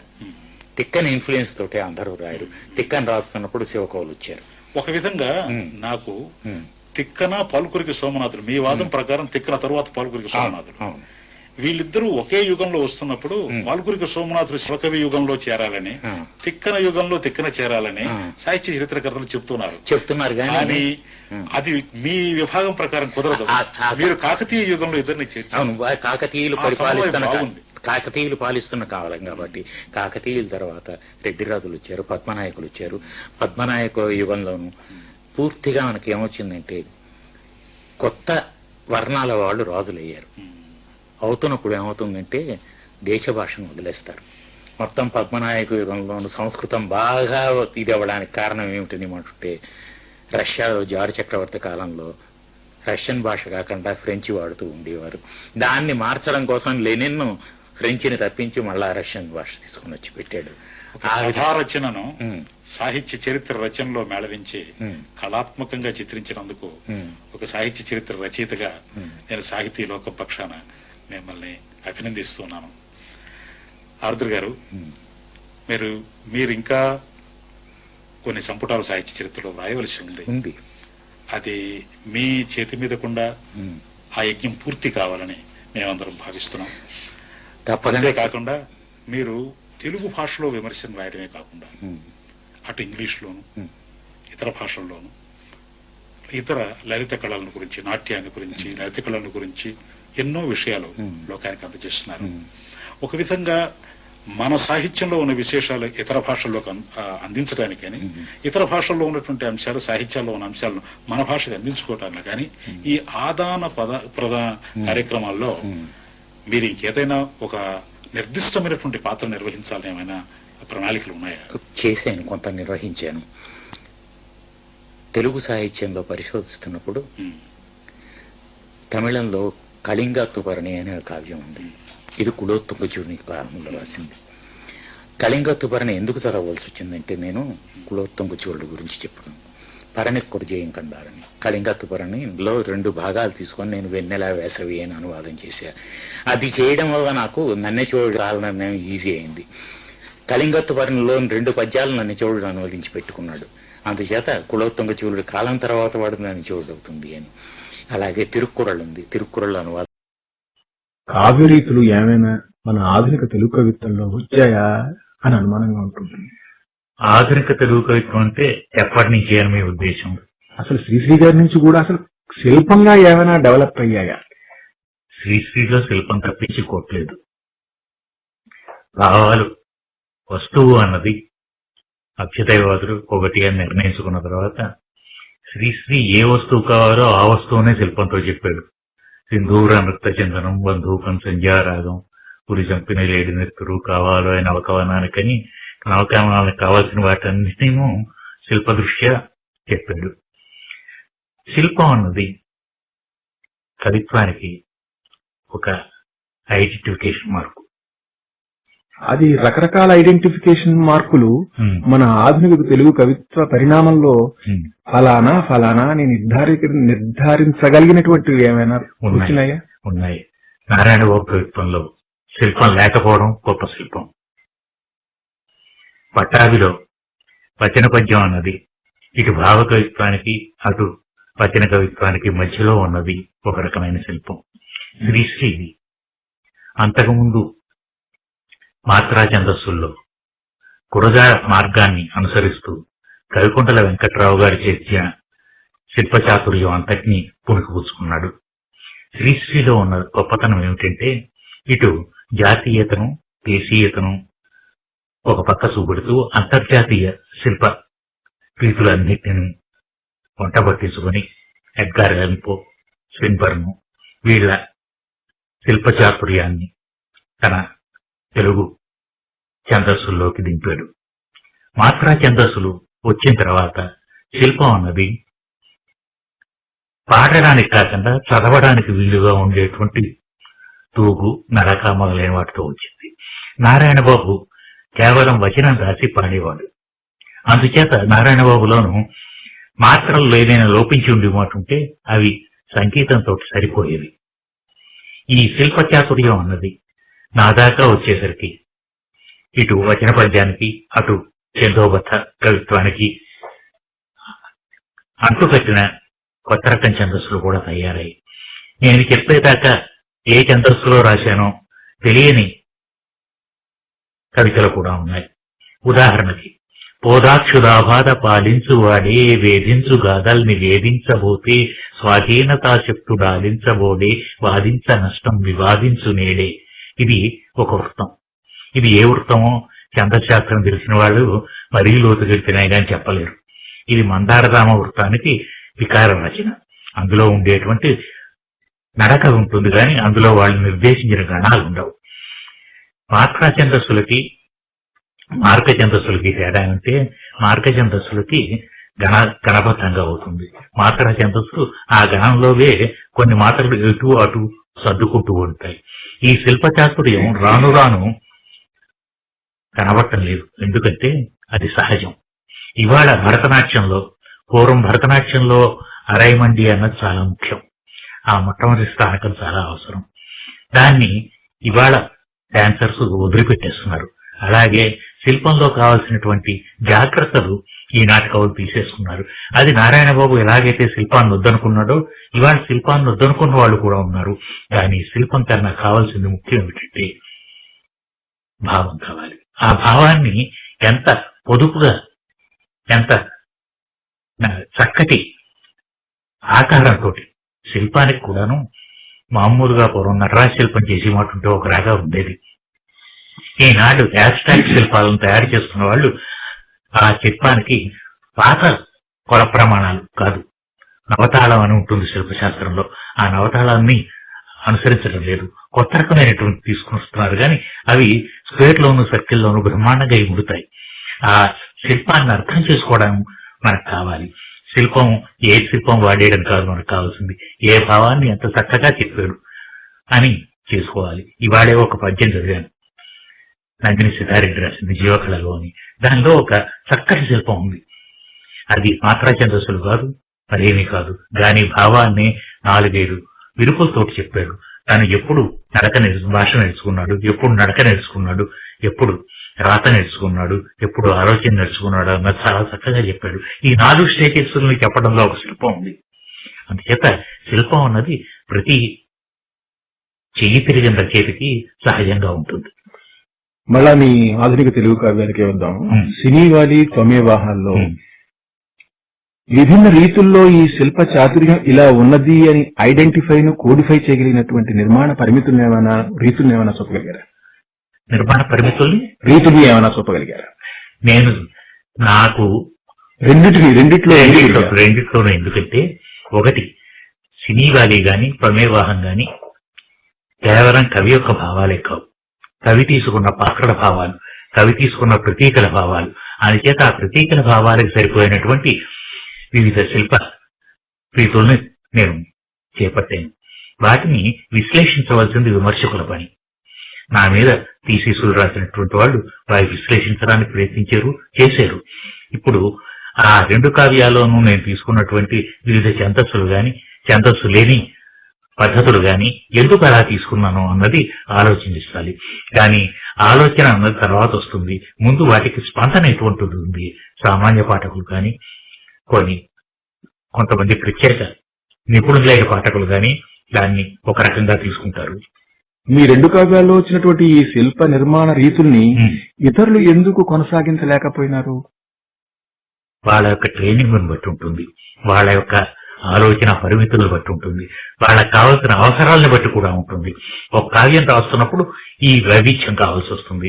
కావ్యం కాకుండా ఖండికలే రాస్తున్నప్పుడు ఇంకో రకంగా ఉండదు. ఖండికలో ఒక శిల్పం చూపెట్టవచ్చు, ఇంకో ఖండికలో మరొకటి చూపెట్టవచ్చు. కానీ రెండింటికి మధ్య దూరం కానీ కాల ప్రమాణం దీనిలోనూ ఇది రాసిన కొన్నాళ్ళకి ఇంకోటి రాయొచ్చు. అందుచేత రెండింటికి ఐక్యత అన్నది అనుసంధానం లేదు. కాబట్టి ఈ శిల్పాన్ని ఏమో మిగతా వాళ్ళు పాటించినట్టు కనబడదు అని ఉంటుంది. కొంతమంది నా శిల్పాన్ని పాటించే ఉంటారు, కానీ శిల్పం కాదు అక్కడ ముఖ్యం, అక్కడ భావం ముఖ్యం అవుతుంది. పోనీ మీ వచన కవిత్వంలో తర్వాత వచ్చిన వచన కవిత్వంలోనైనా దాంట్లో చూసినటువంటి నిర్మితిని, శిల్ప నిర్మాణ చాతుర్యాన్ని నేను దీంట్లో కూడా పెట్టాను అని చెప్పగలగరా? నేనా నా స్వంతానికి ప్రతి ఒక్క కండికి దాని శిల్పం వేరు. అందుచేత అలాంటి దాంట్లో పెట్టానని వెనక తిరిగి లెక్కలు చూసుకోవడం కాదు, ముందు తిరిగి ఇంకేం చేయబోతున్నాం అనేది చూసుకోవాలంటే. లెక్క చూడవలసింది నేను కాదు, లెక్క కట్టవలసిన వాడు, పునర్మూల్యాంకనం చేయగలిగిన వాడు లెక్క కట్టాలి. పోలండి, మీకోసం రాసుకున్న కవిత్వం ఏమైనా ఉందా? లేదు. ఏ నా కోసం అన్నది మాటుంటే అందరూ నా వాళ్ళే కాబట్టి అందరి కోసం రాసింది నా కోసం రాసుకున్నట్టే లెక్క. నేను నా కోసం రాసుకునే మాట ఉంటే పబ్లిష్ చేయను. నేను నా కోసం రాసుకునే మాట ఉంటే నా గొంతులోనే. ఒక చిత్రంలో పింగళ నాగేంద్రరావు గారు రాశారు, ఈవని లోపల కోయిల పాడే గీతమున్నాయి, నా చెవిలో నేనే ధ్వనిస్తా అని. ఇటువంటిది మన కవికొండల వెంకట్రావు కూడా రాశారు, నా మంచి పాట నేనే పాడుకుంటాను, పరులకు వినిపించను అని చెప్పాడు. పోనీ మీకు ఎక్కువ అభిమానం ఉన్నటువంటి మీ రచన కవిత్వం ఏమైనా ఉందా? రేపొద్దున రాబోయేది ఏమండి, నా కవిత్వం ప్రజల్లోకి వెళ్ళాలి అనే కోరిక ఒక కవిత్వ తత్వాన్ని పలతన చేసేది కాదు. చాలా మంది నా కవిత్వం ప్రజల్లోకి వెళ్ళాలి, ప్రజలు ఆదరించింది కవిత్వం అవుతుంది అని రకరకాల అభిప్రాయాలతో ఉన్నారు కదా. ఉన్నారు. ప్రజల్లోకి వెళ్ళడం అన్నది ఒకటి ఉంది. నిజమైన కవి అన్నది, కవి రాసినది మొట్టమొదట ప్రజల్లోకి వెళ్ళకపోవచ్చు. అంత మాత్రాన కవి నిరుత్సాహపడ్డు. భర్తృహరి ఏం చెప్పాడు సుభాషితానికి ముందు? బౌద్ధారో మత్సరగ్రస్త ప్రభవస్మైదూషిత అబోధోపతాశ్చాన్యే జీర్ణమంగే సుభాషితం అనేందుకు వాపోయాడు. తాను చెప్పదలుచుకున్నది ప్రజల్లోకి వెళ్ళకపోతే నిజమైన కవి బాధపడతాడు. ఎందుకంటే కవి తన కోసమే రాసుకోడు, ప్రజల కోసం కూడా రాస్తాడు. అది ప్రజలకు వెళ్ళలేదే అన్నప్పుడు జీర్ణమంగే సుభాషితం బాధపడతాడు. మరి ఇంకోటి ఉంది, మరి కొంతమంది ఏమిటంటే కాళిదాసు లాంటి వాడు పురాణం ఇచ్చే నా సాధు సర్వం నా చాపి కావం అంటూ చెప్పుకుంటూ వస్తాడు. ఇంకోటి ఏమిటంటే నాది వెళ్ళకపోవడం ఏమిటి, నాలాంటి వాడు ఇంకోటి కొడతాడు, కాలక్షేయం ద్రవధర్ విపులాచ పృథ్వీ అని అంటాడు. ఆ చేత రకరకాల స్థాయిలు ఉంటాయి. ప్రజల కోసమే ప్రతి ఒక్కడు రాస్తారు. ప్రాచీనులు రాశారు, నవీనులు రాస్తున్నారు, రేపు పొద్దున వచ్చేవాళ్ళు కూడా రాస్తారు. తన కోసం ఒక్కరే కాదు, ప్రజలు సమాన హృదయస్పందన గల వాళ్ళ కోసం కూడా రాసుకుంటాడు. సమాన హృదయస్పందన ఎప్పుడు వస్తుందంటే సమానత్వం వచ్చినప్పుడు సమాన హృదయస్పందన అన్ని దశల్లోనూ అన్ని స్థాయిల్లోనూ ఉంటుంది. కానీ ఎప్పుడైతే వర్గాలు ఏర్పడ్డాయో సమాన స్పందన ఉండదు, అప్పుడే బాధపడతాడు. అందుచేత కాలం ఈ అంతరాలనేమోను చదువుని చేస్తుంది. 40 ఏళ్ల కిందట ప్రమేవాహం అందరికీ అర్థం కాకపోవచ్చు, ఇవాళ చాలా మందికి అర్థం అవుతున్నారు. ఇప్పుడు కనుక ప్రమేవాహం రాసుంటే ఇది వరకు వచ్చిన ప్రాచుర్యం కంటే ఎక్కువ వచ్చేదని మీరు అనుకుంటున్నారు? అనుకోను. ఎందుకంటే ఇవాళ రాసి మాట ఉంటే పాత పద్ధతులు రాసి ఉండేవాడిని కాదు, ఇంకో రకంగా రాసేవాడినేమో, అందులో కంప్యూటర్ టెక్నాలజీని వాడేవాడినేమో. ప్రచారం రీత్యా చెప్తున్నా, 10 మంది ప్రచారం కాదు. అప్పటికంటే ఇప్పుడు ఎక్కువగా మిమ్మల్ని అర్థం చేసుకునేటటువంటి సహృదయమైన పాఠకులు ఉన్నారా అని అనుకుంటూ ఉంటారా? ఉంటారు, తప్పకుండా ఉంటారు, అర్థం చేసుకుంటారు. కానీ ఒకటి, ఇప్పటి పాఠకులకి ఇవాళలో పద్ధతులు నేను రాస్తానన్న నమ్మకం ఏమిటి? ఎల్లుండి పాఠకులకి ఇవాళ రాస్తే అయిపోతుంది. ప్రమేహం అప్పుడు అలాగే రాశాను కదా, ఇవాళ పాఠకులకు అవేళ రాశాను. ప్రజల కోసం అసలు ప్లేయింగ్ ఫర్ ది గ్యాలరీ అని మొదలెట్టి కవి చేసుకున్నప్పుడు అది ఒక బలహీనతగా పరిణమించలేదు? ప్రజలు ఎక్కడేమో అని రాసిన వాళ్ళు. ప్రజలకు రాయడం వేరు, ప్లేయింగ్ ఫర్ ది గ్యాలరీ వేరు. ప్రజలకు రాయడం అనేది చిత్తశుద్ధితో రాసింది. ప్లేయింగ్ ఫర్ ది గ్యాలరీ అన్నది ఏమిటంటే యశస్సు కోసమే రాయడం అవుతుంది. కావ్యం యశసే అర్థకృతే వ్యవహార విధే శివేతరక్షతయే సత్య పరనివృత్తయే అని చెప్పారే, ఆ వ్యవహార విధే తర్వాత శివేతరక్షతి ఈ రెండూ ఉన్నప్పుడే ప్రజల కోసం రాయడం అవుతుంది. కానీ ప్లేయింగ్ ఫర్ ది గ్యాలరీ అన్నప్పుడు అర్థకృతే అన్నదానికి ముఖ్యమవుతుంది. డబ్బు కోసం చేస్తున్నప్పుడు ఇంకో రకంగా ఉంటుంది. ఎవడైతే డబ్బు మనకు పే చేస్తున్నాడో వాడు ట్యూన్ నిర్ణయిస్తాడు, ఆ ట్యూన్ లో మనం పాడాలి. సరే, చాలా మంది మీరు కూడా శ్రీశ్రీ ప్రభావం నా మీద ఉన్నది అని అనుకుంటున్నారు కదా. ఆ శ్రీశ్రీ ప్రభావం ఈ తెలుగు కవిత్వంలో ఎప్పుడు ఏ మలుపులో తొలగిపోయింది? ఎప్పుడు ఏ మలుపులో తొలగిపోయిందంటే, శ్రీశ్రీ ఏనాడైతే తన మెగాలోమేనియాని ప్రదర్శిస్తూ పూర్తిగా ఆధునిక విప్లవాత్మకమైనటువంటి కవిత్వం కాకుండా తన యొక్క కీర్తి ప్రశస్తులు చాటుకుందికి రాయడం మొదలెట్టాడో అప్పుడు చమత్కారాలు ఎక్కువైపోయి ఆ చమత్కారం కవిత్వం కాదు, భావం కవిత్వం అని అనుకున్నప్పుడు మారారు. విప్లవ కవులు కన్నా ముందు దిగంబర కవులు శ్రీశ్రీ ప్రభావం నుంచి తప్పించుకుంటూ వచ్చారు. శ్రీశ్రీయే దిగంబర కవుల ప్రభావంలో పడ్డాడు. దిగంబర కవులు, ఆ తర్వాత వచ్చినటువంటి వాళ్ళు విప్లవ కవులు కూడా శ్రీశ్రీని ఒక శక్తిగా ఆరాధించారే గాని వ్యక్తిగా, కవిత మూర్తిగా అతన్ని చుట్టూ తమలో కలుపుకున్నారే గాని అతని పద్ధతుల్ని నుంచి దూరం అయ్యారు. అది ఏమవుతుందంటే, ఒక్కొక్క దశలో కవిత్వానికి కావలసినటువంటి శిల్పం వేరే అవుతుంది. ఆ శిల్పం వేరే అన్న దాంతో దిగంబర కవులు, విప్లవ కవులు వేరే పద్ధతుల్లో రాశారు. మీ మేరకు మీరేమనుకుంటున్నారు? నా మటుకు నేను నా 1942లోనే శ్రీశ్రీ ప్రభావం నుంచి బయటపడ్డాను. అంటే ఏ మలుపు వల్ల? ఏ మలుపు వల్ల అంటే, శ్రీశ్రీని ప్రభావం నుంచి తప్పించుకోకపోయేమంటుంటే స్వంత గొంతుకు వినపడదు అన్న పద్ధతిలోనూ శ్రీశ్రీ ప్రభావం నుంచి తప్పించుకుంటూ ముందు పటాభి ప్రభావంలో పడి ఆ తర్వాత దాన్ని కూడా వదిలించుకొని నా స్వంత గొంతుకు వెతుక్కున్నాను. అండి, ఆధునిక తెలుగు కవిత్వం ఛందో నియమాలు పాటించదలుచుకోలేదు అని ఛందో నియమాలు పాటించదలుచుకోలేదు అని ఢంకా బజాయించి చెప్పారు. కానీ ఎవరు చెప్పారు? ఆధునిక తెలుగు కవిత్వం ప్రాక్టీస్ చేసేవాళ్ళు శ్రీశ్రీ ఇచ్చారు. కానీ దానికి సమాంతరంగా అంత నియమ నిబంధనలు, అంత వ్యక్తిత్వ వికాసాన్ని, అంత డిసిప్లిన్డ్ గా భాషను ఉపయోగించే తత్వాన్ని, కవిత్వ ప్రతిభకు దోహదం చేసేటటువంటి ఇంకొక మార్గాన్ని సమాంతరంగా ఏమైనా డెవలప్ చేయగలిగిందా ఆధునిక తెలుగు కవిత్వం? లేదు. ఎందుకంటే విస్తృతం అవడానికి వీల్లేని పద్ధతుల్లో ఆధునిక కవిత్వం తయారైంది. అందుచేత ఇందులో శిల్ప చాతుర్యాన్ని గాని, చందో వైవిధ్యాన్ని గాని, చందో ప్రతిభ ప్రభావాన్ని గాని చూపెట్టే కవితలు రాయడానికి వీల్లేకపోయింది. ముఖ్యంగా కొందుర్తి ఆంజనేయులు అలంకారం లేని ఆ పూల ముగ్ధోక్తులని అభూర్ రామకృష్ణ వారు చెప్పారే, అలాగా ఈ ముగ్ధోక్తులే. ముగ్ధ అన్న మాటకి అర్థం ఏమిటో తెలుసునా అండి? ముగ్ధ అన్న మాటకి పిచ్చివాడు అన్నది కూడా ఉంది. ఈ వేలాంబిరి పిచ్చి ప్రలాపన పద్ధతుల్లోనూ వచన కవిత్వాన్ని తీసుకొస్తున్నప్పుడు కొందుర్తి ఆంజనేయులు పూర్తిగా ఏ విధమైనటువంటి శిల్ప చాతుర్యాన్ని పాటించక్కర్లేదు అన్న పద్ధతి ప్రచారం చేశాడు గాని తను పాటించాడు.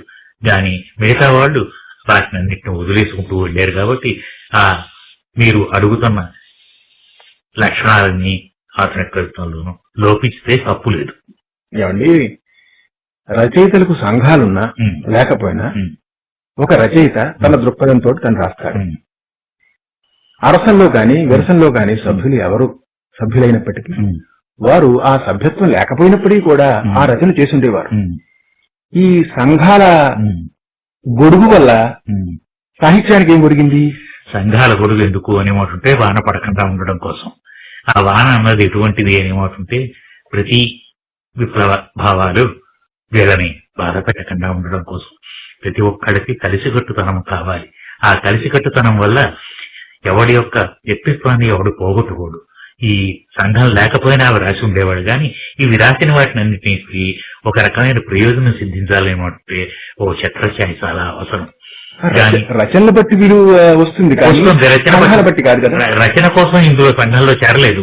ఈ రచన జనానికి ఎలా వెళుతుంది, ఈ రచన వల్ల ప్రయోజనాలు ఏమిటి, వీటిని సాధించబడాల్సిన పద్ధతి ఏమిటి, ఒక రచన మీద ఒక రకమైనటువంటి ఈసడింపు భావాలు గాని లేకపోయేమంటుంటే వీటి మీద పట్టింపులు వచ్చేమంటుంటే వీటిని ఎలా అరికట్టుకోవడం? వాస్తవానికి మా భూమి ముందడుగుల మీద నిషేధం వచ్చినప్పుడు వాటిని అరికట్టడం కోసం సంఘం కావాల్సి వచ్చింది. అలాగే మిగతా ఏ విధమైన అవాంఛనీయమైనటువంటి దాడుల్ని తట్టుకోవడానికి సంఘం కావాలి. ఆ సంఘ బలం అన్నది ఇప్పుడు కావాల్సి వస్తుంది. లేనమంటుంటే ప్రయోజనాన్ని ఆశిస్తూ చేసినటువంటి రచనలకి ఆ ప్రయోజనం సిద్ధించకుండా ఏదైనా అడ్డులు తగ్గుతూ ఉన్నప్పుడు కావాల్సి వస్తుంది. ఆ తర్వాత సంఘబలం ఇంకా ఎందుకు కావాల్సి వస్తుందని మాట్లాడితే వీటి యొక్క ప్రాథమిక హక్కుల్ని కాపాడుకుందుకు కావాల్సి వస్తుంది.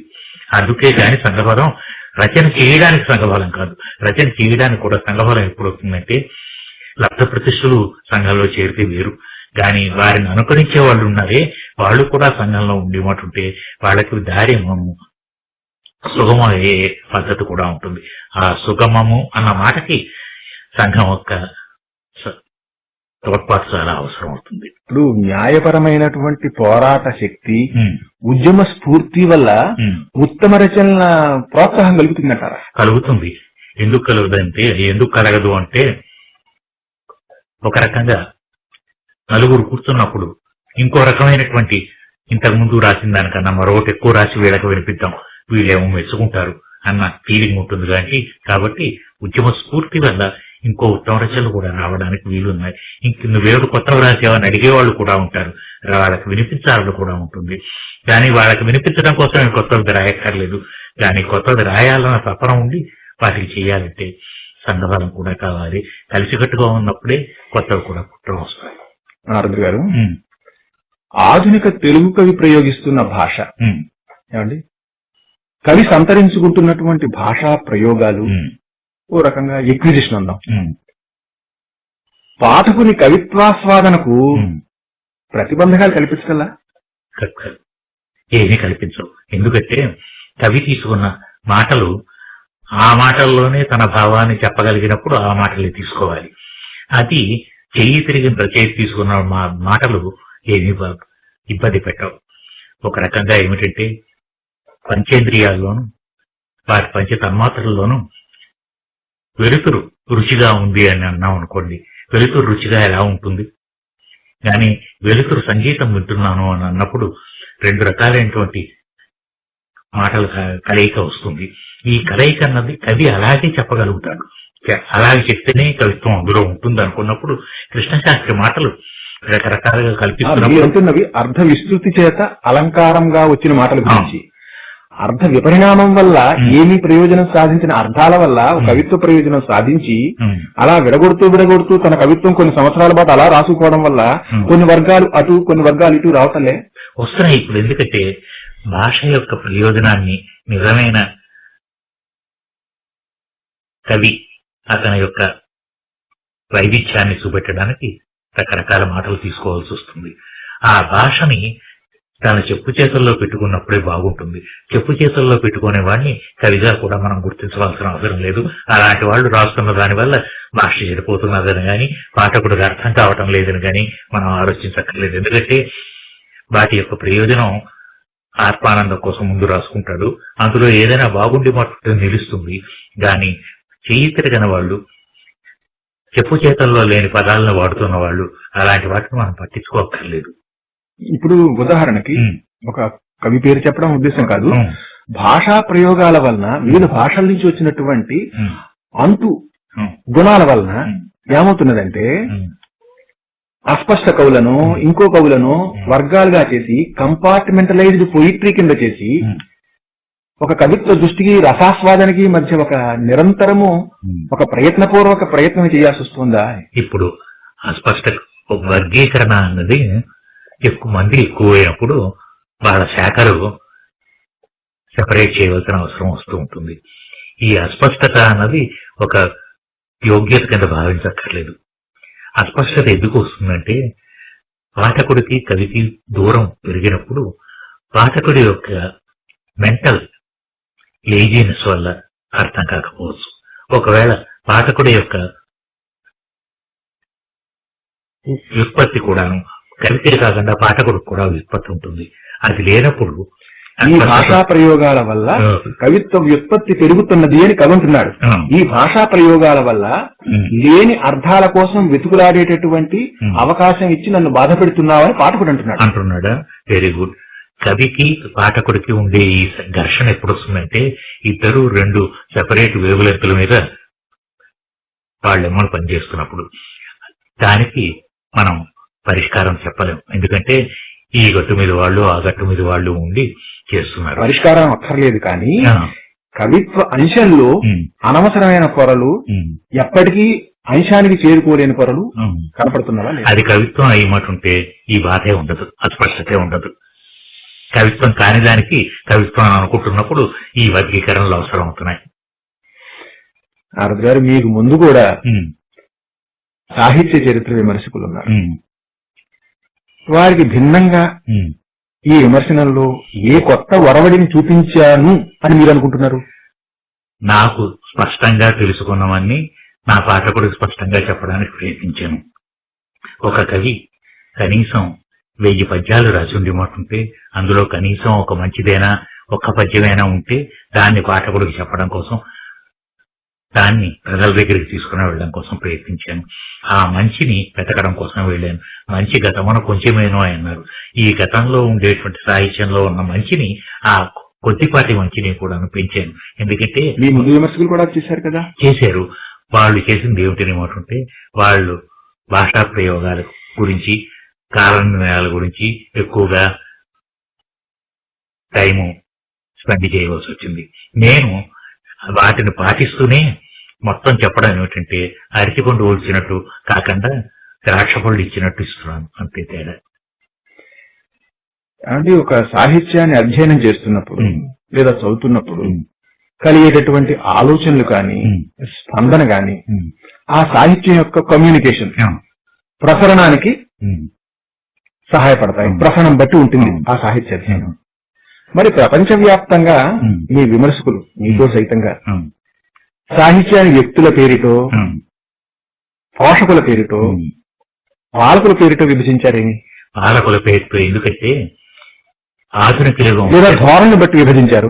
ఇప్పుడు ఆధునిక యుగం వచ్చేదాకా అదంతా ఒక మోస పద్ధతిగా లేదు. మోస పద్ధతి కాదు, దానికి ప్రతిదానికి ఒక మెథడ్ ఉంటుంది.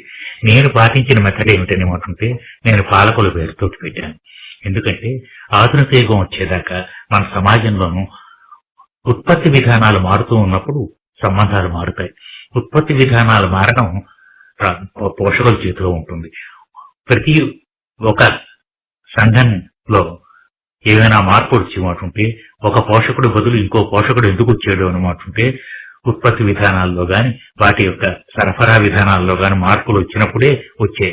అందుచేత ఈ రాజుల పేరులో శాతవాహనులు కాలంలో ఎందుకు వచ్చింది అనమాటుంటే శాతవాహనులు మన తెలుగు ప్రాంతాల్లో పుట్టిన వాళ్ళు తెలంగాణలో ఉండే ఇనుము బొగ్గుల మీద అధికారం ఉన్నవాళ్ళు.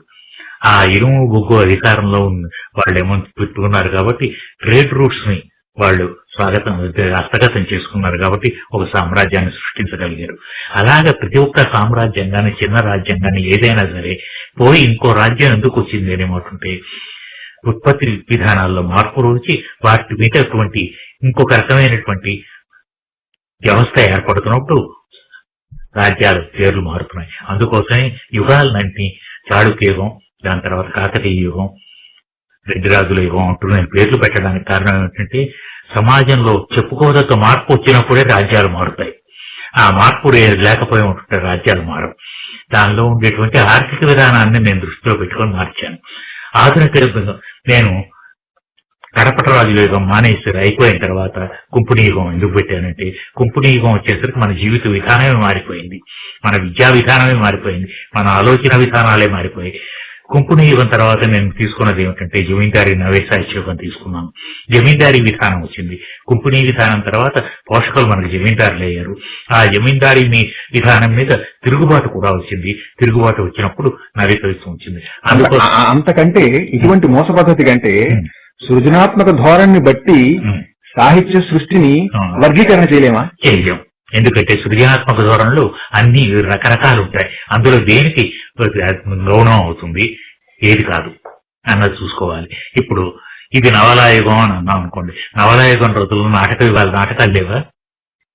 నవలాయుగం అని పేరు పెట్టినప్పుడు నవలాయుగంలో చరిత్రలు లేవా? ప్రహసనాలు లేవా? మిగతావి లేవా? అందుచేత ఆ ప్రక్రియ పేరుతో పెట్టలేము. పోనీ ఒక కవి ఏదైనా పెద్ద పేరు పడ్డవాడు వీరేశలేని యుగం అన్నాం అనుకోండి. వీరేశలేని యుగంలో మిగతా వాళ్ళు లేరా? ఆయన యొక్క ప్రభావంలో రాయని వాళ్ళు కూడా లేరా? అలాగే తిరుపతి వెంకటకవుల యుగం అన్నాం అనుకోండి. అది అవధానాలు చేసిన వాళ్ళు కొంతమంది ఉన్నారు కానీ వాళ్ళకి ఎదురు తిరిగిన వాళ్ళు లేరా? భావకవిత్వ యుగం ఉన్నప్పుడు దాని పక్కన ఇంకొక యుగం లేదా?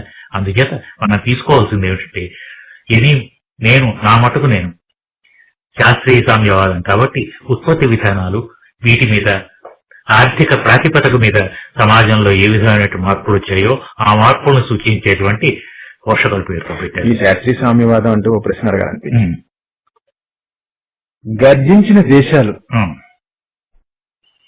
ఒకనాడు గర్జించిన దేశాలు గర్జించమన్న దేశాలు ఇప్పుడు గర్జించలేదు, ఇప్పుడు దీనంగా ఉన్నాయి. ఇప్పుడు దీనంగా సరే చెప్పండి. అంటే సామ్యవాద సిద్ధాంతమూర్తులు నేలకరిచారు మూర్తి రూపంలో అనుకోండి. కానీ 2 దశాబ్దాల క్రితం పద్ధతిలో ఉన్నటువంటి సామ్యవాద దృష్టితోటే సాహిత్యాన్ని తిలకించాలి, విశ్లేషణ చేయాలి అన్న పద్ధతి కూడా పాతది కాదా? 2 దశాబ్దాల కిందట ఉన్న సామ్యవాద పద్ధతి మౌలిక సూత్రాల్లో తేడా ఏమీ లేదు. సామ్యవాదం ఏమీ పడిపోలేదు. సామ్యవాదాన్ని అమలుపరచవలసిన వాళ్ళు అమలుపరచవలసిన పద్ధతులు చేయకుండా వాళ్లే ఒక వర్గం కింద తయారయ్యారు. కాబట్టి ఆ వర్గంతో మిగతా వాళ్ళ సంఘర్షణ ఉన్నప్పుడు సామ్యవాదాన్ని అమలుపరిచే వాళ్ళు పతనమయ్యారు తప్పించి సామ్యవాద సిద్ధాంతాలు అజేయాలు, వాటికి ఏమీ ఇబ్బంది లేదు. 2 దశాబ్దాల కిందటే కాదు, 6 దశాబ్దాల కిందట మార్క్స్ ఎంగిల్స్ చెప్పినటువంటి పద్ధతులు ఈనాటికి నిజమే. వాటిని ఎలాగ అప్లై చేయాలన్నది, దేశకాల పరిస్థితులను బట్టి ఏ విధంగా అప్లై చేయాలన్నది ముఖ్యం. మార్క్స్ చెప్పిందే లెనిన్ ఒక పద్ధతిలో అమలుపరిస్తే మావో ఇంకొక పద్ధతిలో అనుసరించి ఒక చక్కటి సామ్యవాద వ్యవస్థను సృష్టించాడు. కానీ హోచిమిన్ ఇంకో పద్ధతిలో వెళ్ళాడు. ఆ మహానుభావులు వాళ్ళ దేశానికి వాళ్ళ కాలానికి సరిపోయే పద్ధతుల్లో అన్వయించారు కాబట్టి మహావిప్లవాన్ని సాధించి వాళ్ళ దేశాల్లో సామ్యవాదాన్ని సృష్టించగలిగారు. సృష్టించిన వాళ్ళ తర్వాత వచ్చిన వాళ్ళు ఏ పద్ధతిలో వాటిని అమలుపరుస్తున్నారు అన్నది వాళ్ళు విజయవంతంగా ప్రజలను దృష్టిలో పెట్టుకొని చేస్తే ఓ పద్ధతి ఉంటుంది. దాన్ని అమలుపరుస్తున్న వాళ్ళు ఒక వర్గం కింద తయారయ్యి వాళ్ళేమో అమలుపరచవలసిన పద్ధతులు చేయనప్పుడు ప్రజలు తిరుగుబాటు చేస్తారు, లేకపోతే వాళ్ళంతటా వాళ్లే చేతులు ఎత్తేస్తారు. కానివ్వండి, విప్లవం వల్ల విజయం సాధించిన దేశాలు, విప్లవం లేకుండా విజయం సాధించిన దేశాలు, విప్లవం లేకుండా ఈ విజయం సాధించిన దేశాలు ఏమో చెప్పండి దయచేసి. విపణి మార్గాన నడుస్తున్న తరం వచ్చినప్పుడు కూడా మీరు సాహిత్య వివేచన సామ్యవాద దృష్టితోటే చేయాలి. అదే మీరు ఒకటి విప్లవం లేకుండా సాధించిన దేశాలు అన్నారు, విప్లవం లేకుండా సాధించిన దేశాలు ఏమేమి ఉన్నాయి చెప్పండి. సాహిత్య సృష్టి మేరకు, సాహిత్య సృష్టి మేరకు కాదు. ఒక విధంగా మీ భావి పరిశోధనలు ఒక ఆంధ్ర సాహిత్యానికి ఆంధ్ర భాషకే కాకుండా దక్షిణాది భాషల్లో ఉన్న సాహిత్యాల తులనాత్మక అధ్యయనానికి, అందులో ఉన్నటువంటి సమాంతరమైన కళా విశేషాలను అభివ్యక్తీకరించడానికి తోడ్పడుతుందని, మీరు దక్షిణాది భాషలో కూడా ఒక సమన్వయాత్మకమైన దృక్పథాన్ని అందించేటువంటి పరిశోధన చేస్తారని ఆశిస్తూ, ఒక కవిగా, సాహిత్య చరిత్రకారుడుగా, విమర్శకుడుగా, పరిశోధకుడుగా మీరు తెలుగు వారి హృదయంలో శాశ్వతంగా నిలిచేటువంటి కృషి మీ వలన ఇంతవరకే చాలా జరిగింది. ఇక ముందు కూడా అభ్యుదయ పరంపరాభివృద్ధిగా మీ కృషి సాగాలని సాహితీ లోకాన పక్షాన కోరుతూ, మాకు ఈ అవకాశాన్ని కల్పించినందుకు నా పక్షాన, ప్రేక్షకుల పక్షాన మీకు కృతజ్ఞతాభివందనాలు తెలియజేస్తున్నాను. ఈ వీడియో మీకు నచ్చితే లైక్ చేయండి, షేర్ చేయండి, సబ్స్క్రైబ్ చేయండి. అప్డేట్స్ కోసం బెల్ ఐకాన్ని ప్రెస్ చేయండి. ధన్యవాదాలు.